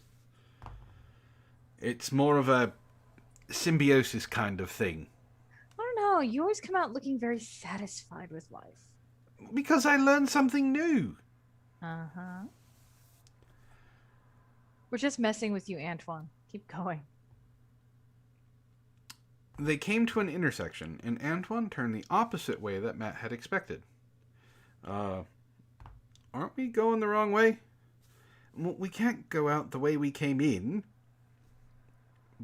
Why not? Well, I memorized the patrol schedule. A 2-man patrol should be coming down that corridor about now. We have to stay ahead of them. Matt started to get really scared, but followed Antoine down a different dark corridor. They came to a huge door that blocked the way, and Antoine started cautiously opening the door by turning the heavy wheel that engaged the heavy locks. He opened the door and turned to Matt. This next part will be tricky. We have to pass through a part of the base with lots of Air Force people, so we have to be more careful. But once we get past that, we should be able to be at the shaft to get back to the surface. How many Air Force guys? Just follow me. They walked in silence for a few minutes, then Matt finally asked, "What did you do to that computer you were just friends with?" "Oh, I uploaded a few extra programs." "A virus?" "No, not a virus, that's just too simple. Just a persistent backdoor that came in very handy and will come in handy again." "You've planted a virus that has already helped you?" Man, time travel is weird. "Yep, I wouldn't be here if it wasn't for what I just did." Matt brushed his palm against his face. This is a grandfather paradox, isn't it? We're going to break space and time just because you wanted to show me a good time. "Oh, no, I'm not allowed to break space-time." "Allowed? What, are there time cops or something?" Not cops, per se. More like an all-powerful aspect of time who doesn't much like me." "This aspect of time will what? Arrest you? Erase you from history?" "No, nothing like that. There are other punishments. Besides, I already used my one warning during Y2K. "How's that work?" "No matter. Let's go."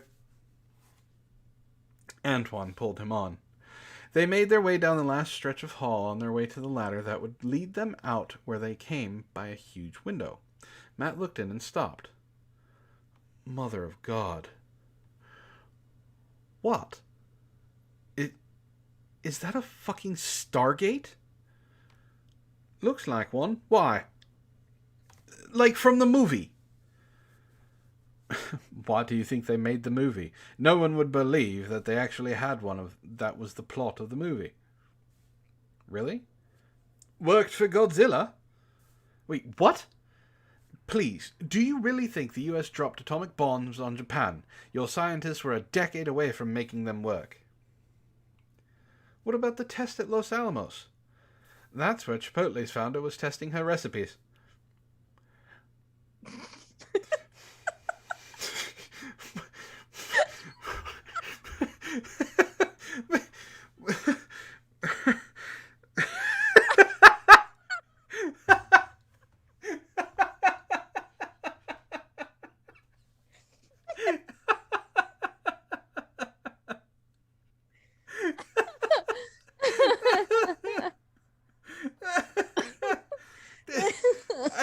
I see this happening as they're walking by. They're talking, and he just Antoine, just plain as day, goes, "No, that's where she was testing her recipes." Matt, I'm just stopped with my mouth open, looking at him like, "Are you fucking serious?" That was perfect. Perfect timing. Matt just paused, shook his head, and then turned to look at the Stargate. A dozen people were working on it. Science types with armed with Air Force guards watching over them. They'll never get it to work. They don't have the right kind of batteries, Antoine mumbled as he dragged Matt away. What kind of fucking batteries does it need? They walked for a while longer, then came to another large door. Antoine started turning the huge wheel and working the mechanism to allow the door to swing free.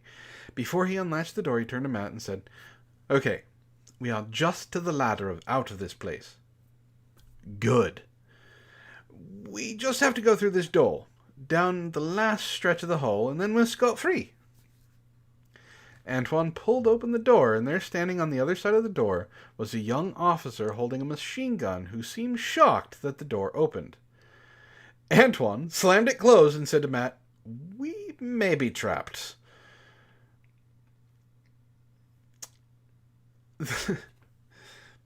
Yeah, it might be trapped. The officer banged on the door. Antoine took a step back. Matt stared at the cyberdemon, who could have easily held the door shut. Instead, the security officer spun the wheel and unlatched the door. He charged through as he pushed the door open. He took a combat stance and pointed his gun at the two of them. "Ishtar." What? I'm giving you You a want line. me to take care of the... Yeah. I don't know what voice to do. Just do a voice. I'll just do my... Okay. You two on the ground now. Oh, God.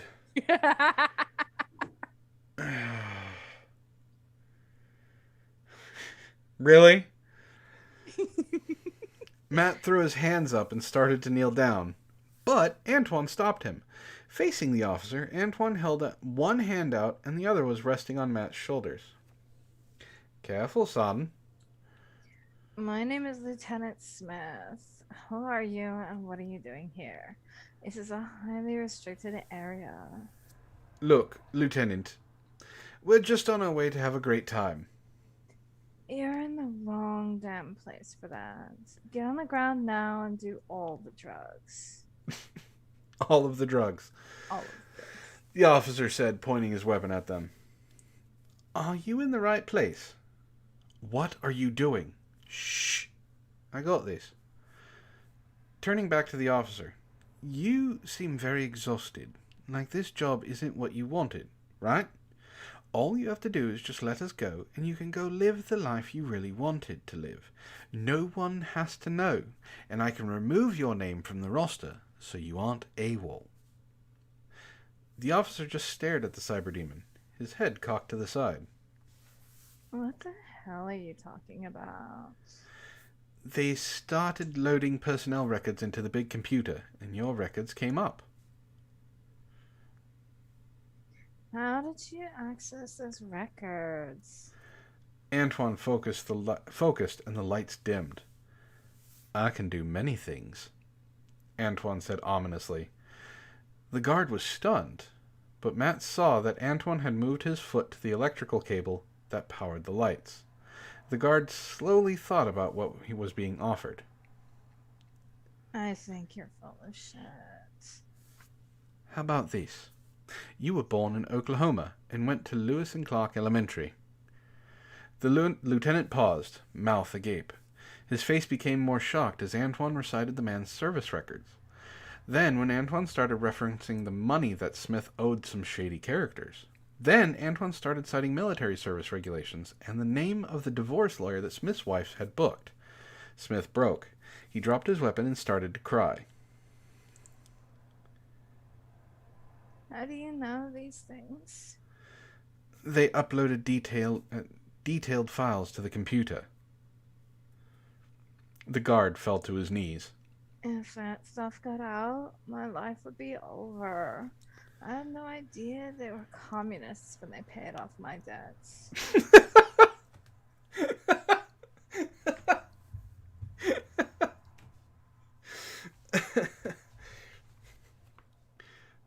"It's all right. Walk away and those records go away. The investigation will end before it gets going. There will be no court-martial, no prison. You can be free of your mistake. Antoine put his arm around the man, who stood up and nodded with determination. Antoine dusted off Smith and adjusted his uniform. The lieutenant wiped some tears away from his face, picked up his gun, and nodded his head to the door. I never saw you. Get out of here before anyone finds out about this. Smith turned and slowly walked back through the door and around the corner. Antoine waited a moment and then looked back to Matt and waved him forward. Matt, stunned by all of this, slowly started moving towards the door. You picked all of that up from the computer. I thought that was a radar control computer or something. Yeah, it is. I actually read about the guy in a Tom Clancy novel. A novel? It was based on real events. Antoine shrugged and waved forward. Come on, let's get out of here.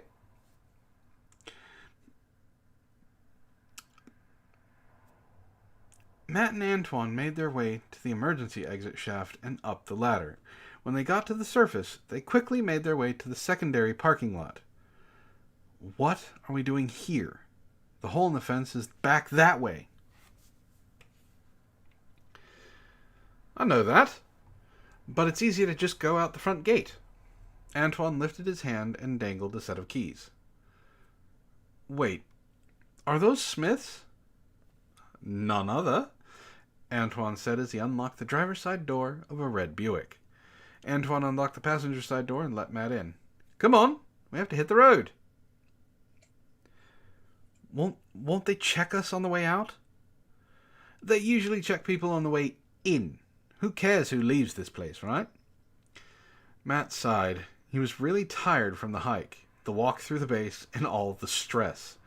Antoine's magic pill helped with the physical symptoms, but the psychological ones were draining him. He didn't argue as Antoine drove through the parking lot and headed for the checkpoint. Antoine simply smiled and waved at the guards as he drove by. Matt wasn't surprised as they were able to drive right through without actually being checked. Antoine headed for the freeway and Matt started dozing off. He dreamt of Ishtar. 2 days later, they crossed the state line into Florida. Okay. We are going to pause here because we've been doing this for 2 hours. Which means there will be a part 2. Aw. What? There's only like 6 more pages. No, there isn't. Yeah, there is. We're on 24 pages, and we're on page 18. We're on page 16. No. On mine, we are on page 16. On mine, we're on page 17. I thought you said 18. Well, the end of page 17. Well, yours is wrong. Nee. Alright, fine. There are... How many people are in chat right now? There are 9 people in chat. Put a 1 in the chat if you want to finish this tonight. Or put a 2 in the chat if you want to pause this and we can finish it at another time. Because I know it is late for some of you guys.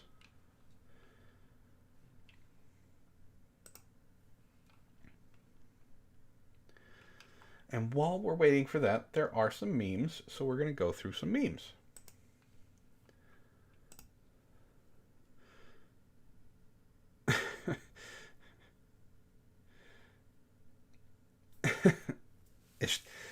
Ray says, you are the best, Ishtar. Thank you. Matt, when the pill kicks in. Well, that is 1, 2, 3, 4, 5. So 5, that's majority. I guess we are continuing. We will continue after the memes.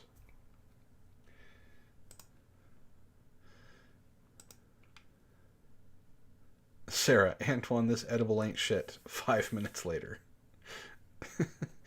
Sarah, can you get stoned? No. That's a shame.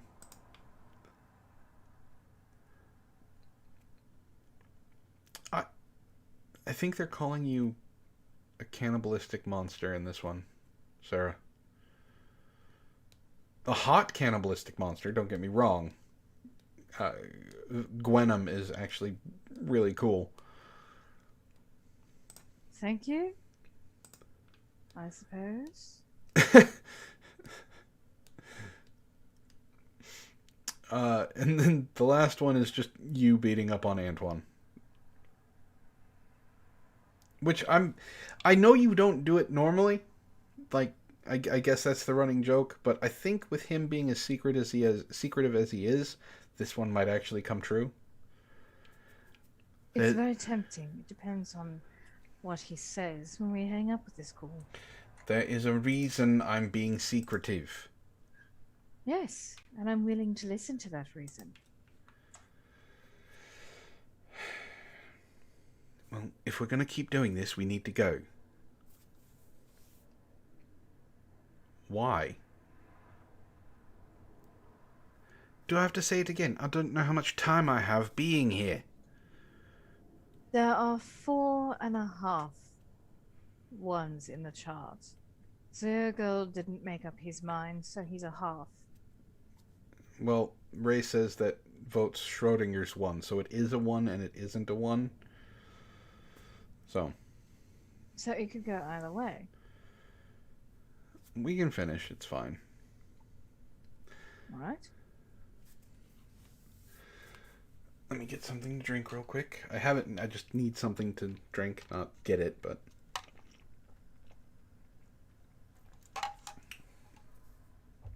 Why are we going to Florida?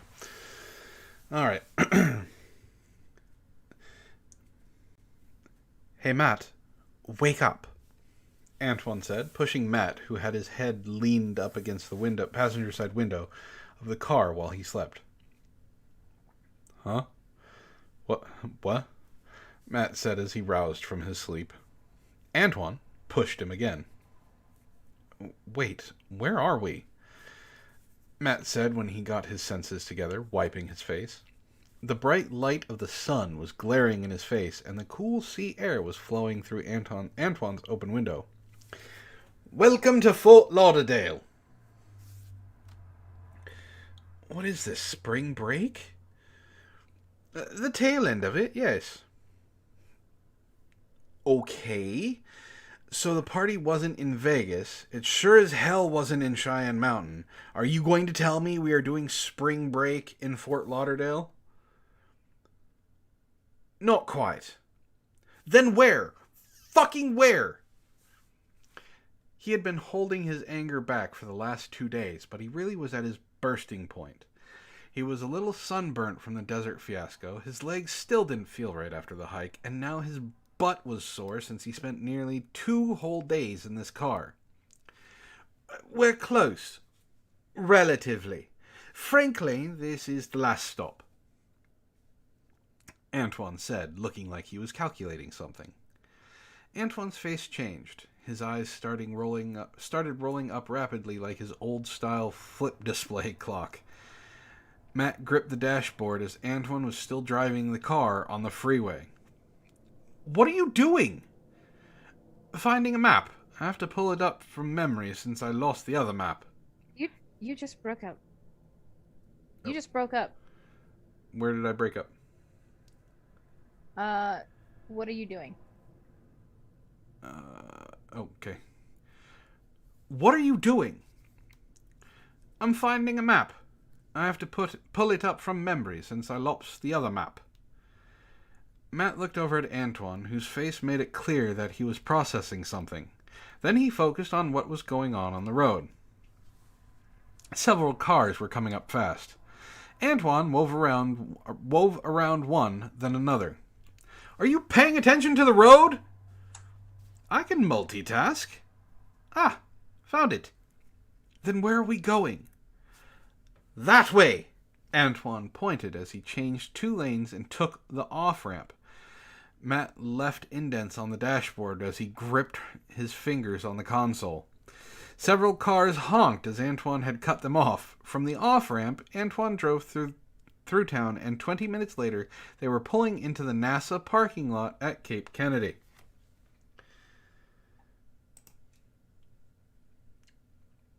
Cape Kennedy and NASA. The two of them got out... I don't like where this is going. The two of them got out of the car and started walking towards the main building. Matt was surprised that Antoine could still surprise him even further. Antoine was practically an icon of confidence. He was walking into a NASA building in a red hoodie. He was walking into a NASA building in a red hoodie sweater in the very warm South Florida springtime, and he was doing it like he did it every day. So we're just gonna walk right in? Oh, no, they have tour groups, Antoine said, pointing to the line of people at the ticket booth. So we're just gonna walk in, Matt said with a shrug of surrender. They bought tickets, walked into the... Are you fucking kidding me? They bought tickets, walked into the visitor center, and started walking around the museum inside the visitor center. They saw several displays of the Project Mercury astronauts and a memorial to President Kennedy. I know that this isn't the party, but this is still pretty cool. So where are we going next? Am I really that predictable? Seriously? You said this was the last stop before the party, Matt said, looking at a display of early spacesuits. Matt's face twisted in concern. It's not in the back closet again. You didn't set up another card game with Neil Armstrong and Gus Grissom, did you? Oh, heavens no. It's this way. Antoine grabbed Matt by the shoulder with one hand, and with the other he pushed open the side door, and the two quickly stepped out the side of the building. A few minutes later, they had found their way to the launch pad. Matt just sighed, and Antoine smiled. Why are we looking at the ass end of a giant rocket? Well, we need to, borrow it. Okay, alright. No more of this. Antoine sighed. Then he squared up with Matt and said, Look, Matt, I've brought you this far to get you to your party, and you will damned well go to said party. No, I'm done. I'm really done. I can't handle your crazy plan anymore. You almost got me shot by mobsters, then nearly got shot by a security guard, and now there's a chance that I might get burnt to a fucking crisp. I'm going to get out of here. I'm done.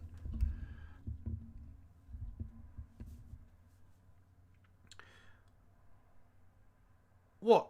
What does that mean? Done with what? Do you know how many federal laws we broke in the last 3 days? Just being here has to be on the top of the list. Antoine shook his head. It's fine. You haven't been born yet. They can't charge you with crimes in this time period. Are you serious? They can still arrest me and lock me away.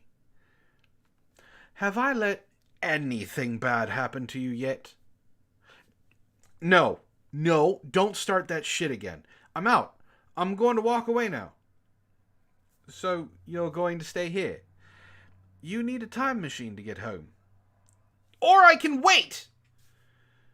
60 years? You'd be a century old by then. Better than risking my life on whatever cockamamie scheme you have planned next. What were you planning? Are we going to the moon? Matt said with thick sarcasm. Antoine didn't answer. He just looked at the ground and kind of shrugged. Matt screamed. Really? You thought we should go to the moon? Hey, I've kept you safe this far. No more! Matt started walking away when Anton grabbed him gently by his shoulder. He spun the man around and said, You'll thank me for this later. What? Matt shouted as Antoine sprayed purple-colored gas into his face. Did I just get drugged by Antoine? Yeah, you did. Some friend you are, dude. Listen, if I thought it was for your own good, I'd cut off your hand. What? That's not a friend. That's because we're not friends, Matt. We're like brothers, and I would have to take care of you. So if you were in dire straits, and the only thing that would save you was one of us losing a limb, I would very much like you to sacrifice yours to save us both. That's not how... What? That's not how that works. Of course it is. You sacrifice part of your limb, you save us both, and then I give you graft an artificial one on you for you. I'll even allow it to make tentacles. Ishtar would be happy. Yeah. Don't help him! He's talking about cutting off my hand. That could be awkward. I kind of like his fingers. No, I'll just cut off his left hand. He's not good with his left one. No. How many tentacles? Well, I mean, it would be one big one. Oh. It's only his hand. No. See, even Zeogold knows. Antoine went Bill Cosby on me. Not really, because I didn't put it in the pudding. Oh, God. Carrying on. Okay. We're moving on. Yeah. Matt's eyes crossed before closing, and his body went limp. Antoine grabbed him as he crumbled. He pulled him to the side of the launch pad and laid him gently on the ground. Antoine arranged him so that he could sleep comfortably. Antoine then clapped his hands together and said, "Okay, let's get started." He started to climb up the side of the rocket when a man in a blue NASA jumpsuit and a yellow hard hat walked in. He was busy with his clipboard when he looked up at the rocket and stopped. He did a double take and then shouted, "What are you doing there?" "I'm looking for an access hatch for the engine manifold. What about you?" "I work here. I'm part of the pre-launch inspection team, and this place is restricted." "Well, then how did I get here?" "Get down from there. That's a multi-million-dollar piece of equipment." "Yeah, but I'm not done with what I'm doing." "I'm gonna call the guards." "Will they help me with this work?" The man just looked at Antoine, dumbstruck. He took his hard hat off and wiped his forehead, frustrated, and finally told Antoine, "No, they'll get you out of here." "We'll be leaving in a few hours anyway." "You and me?" the man asked, confused. "No, not you. Me and my buddy," Antoine said as he found a hatch and popped it open. The workman turned to go report this when he saw Matt passed out on the ground. "What'd you do to him?" "Oh, he's fine. He's sleeping," Antoine said as he climbed back down off of the rocket. The workman dropped his clipboard and started to run away to get help, but Antoine had gotten back to the ground level and caught up with him. He put his hand on the man's shoulder, saying, "Wait, what made you get into space engineering?" "What?" "No, it's an honest question. Why did you become a rocket scientist?" "My dad was in the war and told me stories about the V2, and I wanted to know more." "And now you're here, at the heart of it all, building rockets," Antoine said with a wave. "It's not that great." "What do you mean?"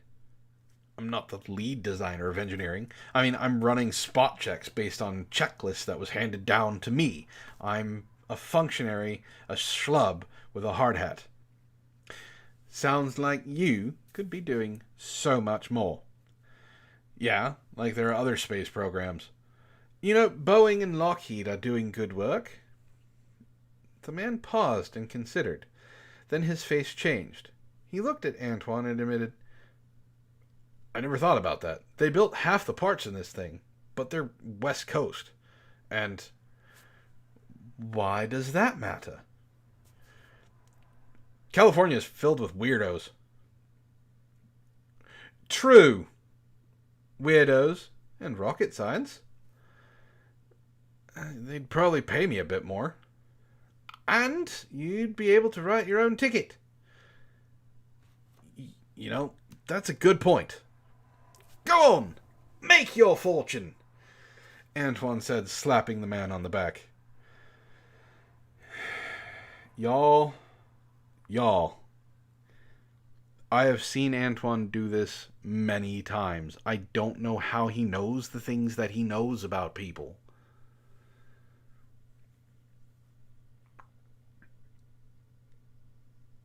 You've seen it too, right?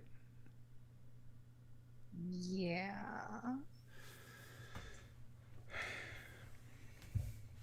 The man dropped his clipboard, took off his hard hat, and walked out of the work area. Antoine waved at the man as he walked back to the main building. Then he turned to the rocket and said, "Good. Now let's get this ship in proper working order." Being alone with Antoine, unconscious, is not a good thing. No, it really isn't. You're in a really bad situation. Sorry, Antoine, but you're kind of mischievous. No, that's a fair point. I know exactly what I'm doing. Do you? You do. Nobody else does. It's terrifying. You would get a lot more faith when you do stuff like this if you bothered to explain yourself ahead of time. Yeah, but then no one's surprised when it happens. But they're also not having panic attacks and getting mad at you for it. Yeah, but at the end, it's all worth it. There's a show to it. There are steps. You have to make sure it's entertaining for the people watching. You keep them on the edge of their seats. And then, finally, when it's all said and done, it doesn't matter how angry they are when they see the outcome, they're happy. Yeah, but they don't ever want to do anything with you ever again. Says who? They're just more wary about it. How does Sarah handle you on dates? I have a morbid sense of curiosity. And whether she likes to admit it or not, she's just as mischievous as I am. I'm not mischievous. I'm patient with you. And as I said, I have a morbid sense of curiosity. I just want to know what happens next with your plans. Can I go on to the next part now? Yes, please. Okay. According to this, you're 4 pages away. Matt stirred back to consciousness with the sound of a man counting backwards droning over a radio. He found himself strapped into a chair, wearing a spacesuit, and he screamed. Like you would. Antoine waved at him. He was wearing a headset and pointed at it and said, "You have to press the talk button for your headset to work. It's on your wrist there." Matt realized he too was wearing a headset. He pressed the button and kept shouting, "What the fuck is going on? We're almost at your party. Why am I in a spacesuit? I really don't trust the integrity of these old rocket ships." "Wait, rocket ship?" "Yep, we're on the nose of the giant 1960s era rocket," Antoine said with a smile. "What?" He struggled to get out of the chair, but he was strapped in. He tried working the buckles, but they wouldn't unlatch. He started frantically looking for the release to get out, but Antoine just chuckled. "Calm down, we're launching in like 2 minutes." "How did you get me in here?" "There's a hatch," Antoine said, pointing to the now sealed fucking handle. God damn it. Just, there's a hatch. Fuck you, dude. Matt struggled against the straps, then held him in the chair. But Antoine just shook his head. "It's no use. You're in for good. Just hold tight, because here it comes." The counting voice had reached 5, 4, 3, 2, 1. "Oh shit" was the last thing Matt said before the rocket roared to life. The sound was so powerful Matt could feel it in his teeth. The rocket shook, and then he started feeling the force of the thrust. At first, it was like accelerating in a sports car. Then it was like a carnival ride. And then it got worse. Antoine, being made of much sterner stuff, endured this with his normal smile. Matt, however, struggled to keep his focus.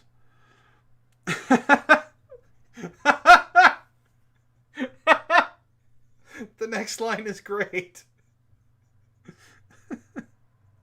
My brain is being pushed into my feet.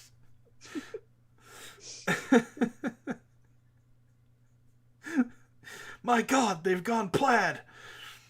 Matt shouted as they passed 10 Gs. About 6 minutes later, they had finally reached orbit, and Matt felt the blood returning to his face. That was a great callback, Ray. Loved the Spaceballs call out. And we've decoupled, Antoine said. We're now blasting off for lunar orbit and should be there in about an hour. Oh God, where are we going? To your party! My party is in space? No, don't be silly. It's at my moon base. Your moon base? Yes? You have a moon base. On the moon. Where else do you expect me to have a moon base?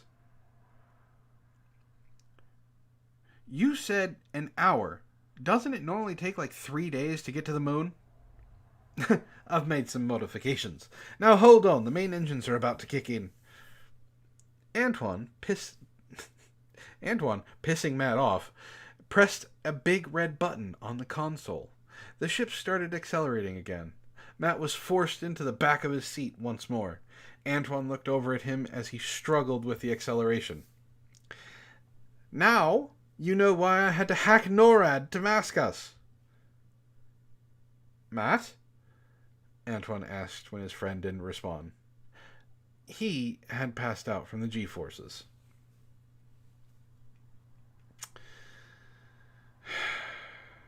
See, this is why people don't like doing things with you.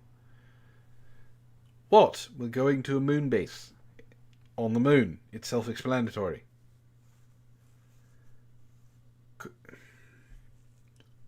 Couldn't you just told him to begin with? Would you have gone if I told you we were having a bachelor party on the moon? No. Well, case in point. This way I could surprise you.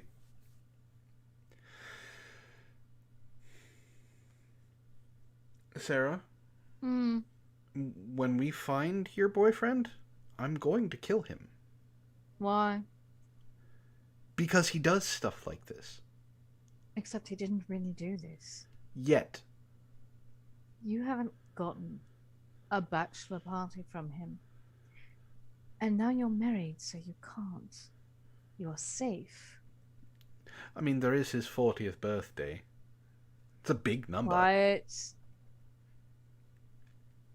I'm just saying.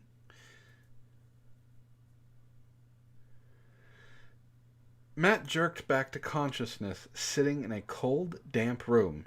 His eyesight was blurry, and he really couldn't make out much of what he was seeing. He sat up and felt a little unsure. Where was he? How did he get here? Then he remembered. He had been in a spaceship going to the moon. Hello? There was a slight echo.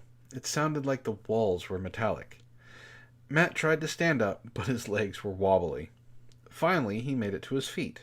He braced himself by holding the wall. He heard something moving toward him as his footsteps splashed on the floor. Hello? Who's there? Even though he couldn't see clearly, he saw a big, hairy form move toward him. It let out a throaty, rolling roar. Matt's fear washed away. He hoped he knew who was there. Mansquatch? Is that you? The giant crypto-anthropod cleared his throat and said, Glad to see you're up and awake. Awake? Yeah, we've been waiting a few hours for you to wake up. Things are going crazy up there. Slow down, buddy. I can hardly see. What's going on? Ah, yeah. You have carbonite sickness. Your eyesight will return in time. What? He froze me in carbonite? No. Antoine said you passed out from the acceleration, but he was afraid you'd get dehydrated, so he force-fed you some soda while you slept. Great. Where am I? This is one of Antoine's guest rooms. I think the plumbing broke. There's a leak somewhere. Come on, there's a party upstairs.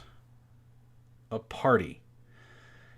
Yeah, Antoine invited a bunch of us. Jacob is playing Star Wars Battlefront and kicking some serious ass with his Jedi Knight. A Jedi Knight. I'm out of it for a little while and everyone's getting delusions of grandeur. Come on, I'll walk you up. The two of them left the guest room and started walking down the hall toward the loud music and bright lights. I think my eyesight is getting better. Instead of dark gray blur, I'm seeing light gray blur. Here.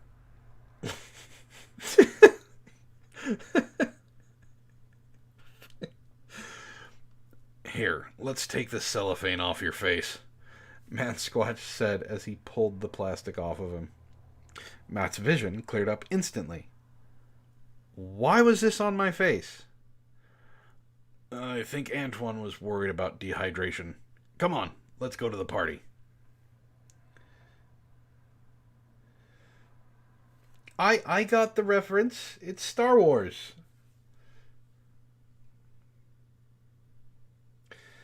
Ray would like to point out that this next scene is what he built this entire story around.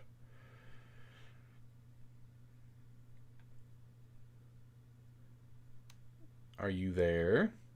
Uh-huh. Are you going to comment on anything? I may be reading ahead. Stop reading ahead!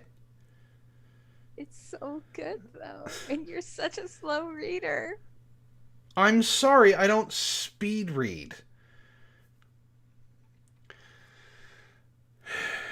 Matt and Mansquatch followed the hallway to the staircase. They followed the stairs up to a big room with bright lights, loud music, lots of food, televisions, and people. At the center of it all was Antoine, who was smiling larger than he ever had before. This is your bachelor party. The real one. Yes, I'm assuming Ishtar has seen Return of the Jedi. You've seen Return of the Jedi? I was married to a Star Wars geek. What do you think? I'm just asking. Matt looked around. Lots of his friends were here. Antoine, Mansquatch, and many others. Sitting on the couch was Jacob, playing a game on a huge TV screen that was larger than Matt's house. Next to Jacob was an older gentleman with a striking mustache and cool glasses. Is that Stan Lee? Oh yeah, he's great at these parties. He's talking with Jacob now. Matt looked over to where Jacob and the comic book master were standing up from the couch and walking over to one of the tables where refreshments were laid out. You were playing that game pretty good there, son, Lee said to Jacob. Yeah, it's not my favorite game, but it's pretty fun. That red-hooded fellow says you really like some of my work. Yep, some of it. Well, I'm not really supposed to talk about stuff from the future and all. That's okay, son, Lee said. I've talked to lots of people from the future. Elon Musk, Jaden Smith, Garznak, Glorporp, all great people. What the hell is that last name?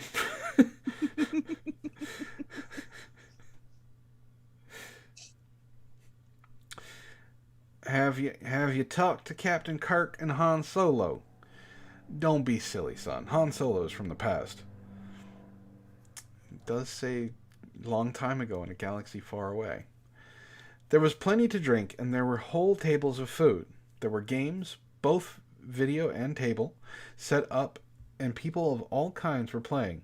In one of the corner, there was a D&D game going. Matt looked at the people sitting around the table and was amazed to see Merlin, yes, that Merlin, was the DM. Among the players were several notable people, including Aleister Crowley, Nikola Tesla, Albert Einstein, and Gary Gygax. Wow. Listen, Aleister Crowley is actually a very nice person if you get past the whole Satanist demon stuff? Yeah, Satanist thing. I don't want to know how you know that. I had him on speed dial. Don't ask. Moving on. Safer for everyone that way. Move along. Jacob had gone back to playing his game. This time he wasn't in co-op mode. He was in co-op mode with Stan Lee, who shouted "Excelsior" as they defeated the level boss. Ray says quadruple nerd score. A half dozen women were dancing on the stage around a cover band. Then Matt realized that while they were doing a cover of Fade to Black, they were the Beatles. Ha. Should I say what I normally say about that? You're not a fan of the Beatles. No, actually, I can't stand the Beatles. I know, people are going to unsub and hate me for it. Listen, there's a reason that I don't like the Beatles. It is because of a friend I knew in high school that made me listen to them every single day. I saw, Lucy in the Sky with Diamonds. I saw Yellow Submarine. She would play the fucking guitar to the Beatles. I'm not saying they don't have good songs. What I'm saying is I can't stand the Beatles. So, note for next time. How's it going, Pen? It is fucking late for you. Says, I come to be a bother before I go to bed. Believe me, the whole Beatles thing, I've already technically been disowned by like half of Ishtar's family. That's enough, young man. If you want loves, then you get loves, but you don't swipe at me. Oh, you're talking to Ace. I was like, what the hell are you Yes, I'm talking to Ace. You don't swipe at me when you're feeling playful. I thought you were talking to Corvus. No. I call Corvus Master. There's a difference. I'm sorry, what? He's just being silly. You call Corvus Master? What? That's what you No, said. I called Ace young man, not you. No, you said. Where were you? You said. I don't have a part for the rest of this, so this is on you. I'm trying to get to a point here. You said you call Corvus Master. What? No. Everybody in the chat heard you. No, you said Master. Mr. Corvus. No, you said Master. Ace, what are you doing? He's being insane right now. Okay, he's run off. He jumped at something, dashed in, got about halfway behind the couch, and then sprinted into the kitchen. He's insane. It's a really good story, Pen. It is. We're having fun with it. Matt went to look for Antoine to ask about this. He found him talking with several familiar people. Steve Jobs, George Washington, and Sir Francis Drake. Hey, Antoine. Hold on. These guys are having a great debate about net neutrality, Antoine said. Matt just paused, then shrugged off the insanity of that statement and pressed forward with his question. How did you get the Beatles to play the party? Oh, they owed me a favor. Wait, is that... Yes? Oh, sorry. Yes, George Washington said, rolling his eyes. I am General Washington, at your service. Congratulations on your upcoming nuptials. How did you get him to come to the party? At the same time, Antoine and Washington both said, a favor. I see. Excuse me. See? Penn heard master. You said master. No. No, Penn, he hasn't been found. He hacked into the Zoom call because he said, and I quote, "No one is going to play me but me." He won't tell us where he is, and he's being shady about it. People are listening. I keep saying that. And how do you know that's really Penn? That could be someone else. How many people... You know what? Never mind. Just finish the story. We're almost done. Matt nodded to the historical figure and walked over to one of the tables and picked up a drink. Antoine had done all of this for him, and he decided, especially after all he put him through, he would enjoy the hell out of this. He dove in. The party continued for several hours. More people showed up, some that Matt knew from real life, more that Matt only knew from history books. He had no idea that Genghis Khan would be so civilized. Then, perhaps the best part of his night happened. After the Beatles finished their set, then the Grateful Dead did several songs, then Nirvana, then Louis Armstrong, and lastly, Kiss showed up and Gene Simmons and Antoine started to sing.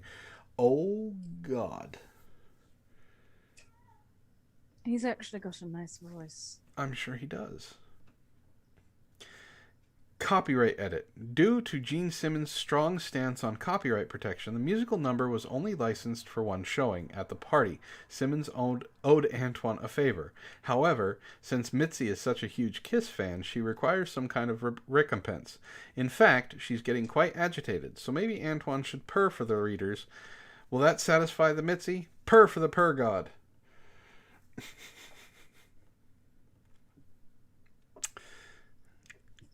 I don't know if that's going to get him to purr. He did already purr once. Ace is losing his damn mind. What is Ace doing? Just running around like a lunatic. Cats. Keep it up, 3-4 Yoda. I'll hide you all night, bitch. Sorry, keep going. As the party started to wind down, many people started looking like they were wondering how the hell they would get off this moon base. Matt found Antoine leaning against the wall with an exceptionally big smile on his face. I hope you really enjoyed this, Matt. Yeah, in the end, it really was worth all the trouble. To celebrate this with some of my good friends and a whole bunch of random celebrities from the past, but I have to ask, why is Sammy Davis Jr. here? Antoine shrugged. I thought you invited him. Ace is running around growling. I don't know what the fuck. He's playing. Let him play. Matt paused. He's running laps. I just heard him run by. Yeah. He's skidding on the floor. Matt paused. Ace, what the hell? Can I finish the story? Yeah, sorry. Matt paused, but then shrugged off the nonsense statement. I have another question. Yay? We went on this whole journey, this whole series of events, from the warehouse all the way to the moon. Was all of that just so you could show me a good time? Not just to show you a good time, but your bachelor party was the most important goal of the adventure. And yet, in all of this, I haven't changed as a person, learned a lesson, or overcome any real problems. Sometimes life is just a series of things that happen. How many life-changing problems do you overcome in any given week at work? Well, there is that strange smell in the break room. Which is still there, by the way. It's just moved now that they're having a bigger break room made. Every office has that. You know, the one person that always microwaves fish. But... Oh god, the fish. Yeah, it's not good. They microwave fish, now it's in a more enclosed area, so... You have more questions? Yeah, why did we go to Las Vegas then? And in the 60s? Antoine straightened up and started slowly walking. He waved Matt to get him to follow. Well, Unfortunately, I had to scuttle this moon base into the early 80s due to various, shall we say, issues with George Lucas.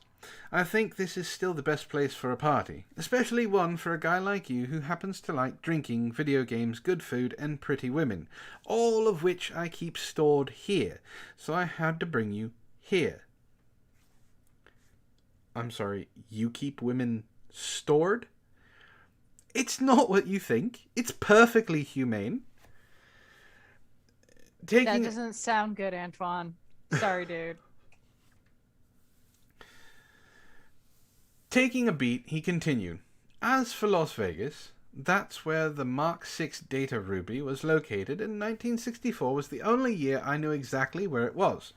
I've stashed several dozens of those things around throughout the late 19th and early 20th century.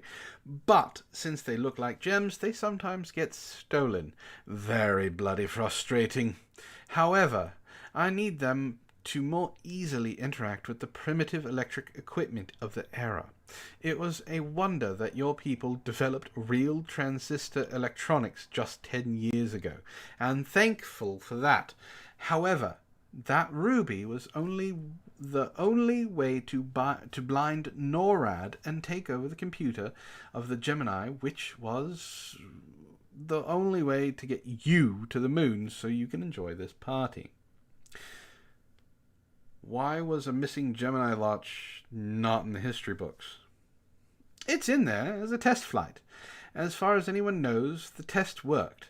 The ship made it to orbit and burned up on re-entry. We just took an extra little bit to the moon. Wait, why did you need to blind NORAD? Well, the top bit of the rocket went way off course, using a propulsion method that shouldn't exist. And that back door will still be there in the future, too. Matt just sighed.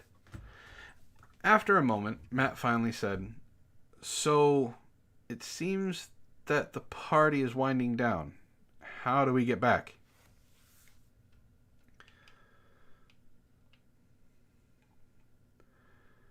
Hold on, I'm scrolling.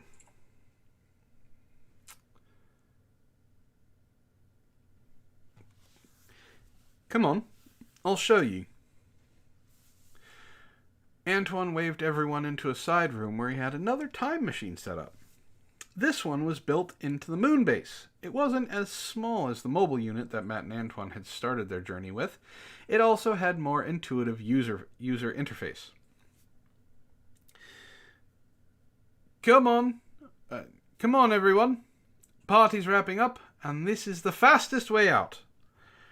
One by one, he set the space-time coordinates and sent everyone back to where they were supposed to be from. The last two were out were Matt and Antoine. Antoine set the coordinates, turned off the lights of the moon base, and shouted to the girls, "Make sure you're back in your boxes!" That doesn't sound good. That doesn't sound good. Why do you have girls in boxes? They like it. It's fine. They're cat girls. They like boxes. The two of them stepped on the glowing platform. You have cat girls? Why are they not here? They can't survive under Earth's atmosphere.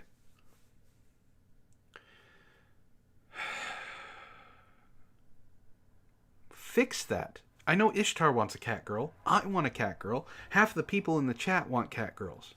I want a cat girl. I'm working on it. Listen, Elon Musk and I are doing what we can. It's hard to genetically alter humans. That's fair. The two of them stepped on the glowing platform, and with another flash of light, they were gone. They reappeared at the storage unit where Matt had his car parked, just a few seconds after they had left. This time, both of them landed in the Terminator pose. They locked up the storage unit and returned the car and drove home. Several months later. In the grand ballroom of the Mount Village Hotel in beautiful downtown Tacoma, nearly 300 people were assembled. There were tables with food laid out, and over the stage of the ballroom was a banner reading... What? Pen, I want one of those, too. I'll take both. A space alien cat girl? No, cat boy. Oh, Yeah, cat boys are good too. Cat boy and cat girl. We could have fun with both of them. I am a cat. What are you talking about, Zio? I'm just missing the accoutrements. Finish. Of the ballroom was a banner reading "Final Gathering of the Star Simbers Assembly Church." The man from the hotel, now in his late 80s, sat in the chair flanked on either side by the Air Force officer and engineering from NASA. Over the last 6 decades, they had found meaning in their encounters with Antoine. Far more meaning than Antoine had ever bothered to impart, and they had built this assembly. And now, the members of their church were arriving for their final gathering before the great event that would be starting in just a few hours. As the clock struck midnight, a slow trickle of church members slowly filled the room. Through the doors of the ballroom, the elders could see the hotel lobby outside, and the 6 young women walking by, including one with bright red hair and another with striking silver hair. Dun, dun, dun! And that is the end. That is the end of Mattchelor Party. That was really good. I enjoyed that a lot. That was... You know what that made me think of? That made me think of the Ocean's 11 movies. How all this stuff is going on, and it's not till the end that they show you how it's all done. I really liked it. It was great. That was... Yeah. Ray, honestly, I cannot wait for the next one. So, I know you've been burnt out at work a lot, so I don't want you to rush it. Okay? I want you to be comfortable when you decide to start writing this, because you are really good. As I've said before, you are a great writer. It's really amazing that you're able to create this world, the writer-verse, as you put it. So this was really great, and I appreciate it. I'm sorry it took so long for us to get to, but with things building up and everything like that, and reading My Antifa Lover, I don't do Cringe Book Club every week, so it took some time to get to. But that was really good. I appreciate it. It made me laugh. You captured Antoine's personality perfectly. And I don't care how badly he's looking at me through the Zoom call. That was... He pegged you, man. Listen, I appreciate Ray. I understand. We are sarcastic sons of bitches. There's a camaraderie between me and Ray. I do not have any problem with him writing me the way he did. I think he made me a little bit more mischievous than I really am, but... No, he really didn't. He nailed you. He got you. Yeah. Sorry, dude. Now, if we can end the call now, I can... Hold on. Shit. Shit. What? He just left. Damn it. I'm going to hurt him very, very deeply when I get my hands on him next. All right. I will continue to try and locate him. Guys, keep looking for him. Trying to contact him if you can. It's Hashtag find Antoine. Hashtag find Antoine. Ray says, in all seriousness, once I get the last one done, I plan on rewriting all of them with the notes and updates and clarity. You don't have to do that, man. All of them are really, really good. So if it's something you want to do, awesome. I think they are good the way that they are. But so thank you very much, guys. We are going to... What? Do we want to try and do Cringe Book Club next week? And see how it goes. We'll see how Wolfie's doing. Yep. So we will see if Wolfie is available next week and maybe do a Cringe Book Club next week. And But thank you all for joining us for this story. Thank you, Ray, once again for expanding the Rider-verse. And I saw your request, Pen. I know what interspecies reviewers is, and if you want Ishtar and Sarah to be mad, that will be a story that gets them into trouble. But thank you guys for joining us. It's really late here. I know it's late for Pen. I know it's late for a couple of you guys. So I will put all of the memes and stuff into a video slideshow, and I will put it out there for you guys probably sometime this weekend. And well, I guess that's it for us here. I'm sorry you guys didn't have much to do. I thought you guys were going to have a little bit more to talk about. Ish? No, I think that's what should be expected from Ray's work. So you think No? you think that I'm going to be just narrating the next one mainly? I think that I think that Ray is gonna see how far he can push my abilities to flip between accents. She has many. All right, guys. Yeah. Have a good night, and we will see you next time. Hold on. What? Hold on. Okay. Penn is asking Ray for a price tag. A price tag for what, Penn? Oh, you didn't see? Oh. It was, I will actually commission you to write a story with Matt and Antoine being in an episode of Interspecies Reviewers. I talked about this. I just said something about it. Sorry, I got distracted. It's late. I know it's late. Good night, everybody. Bye.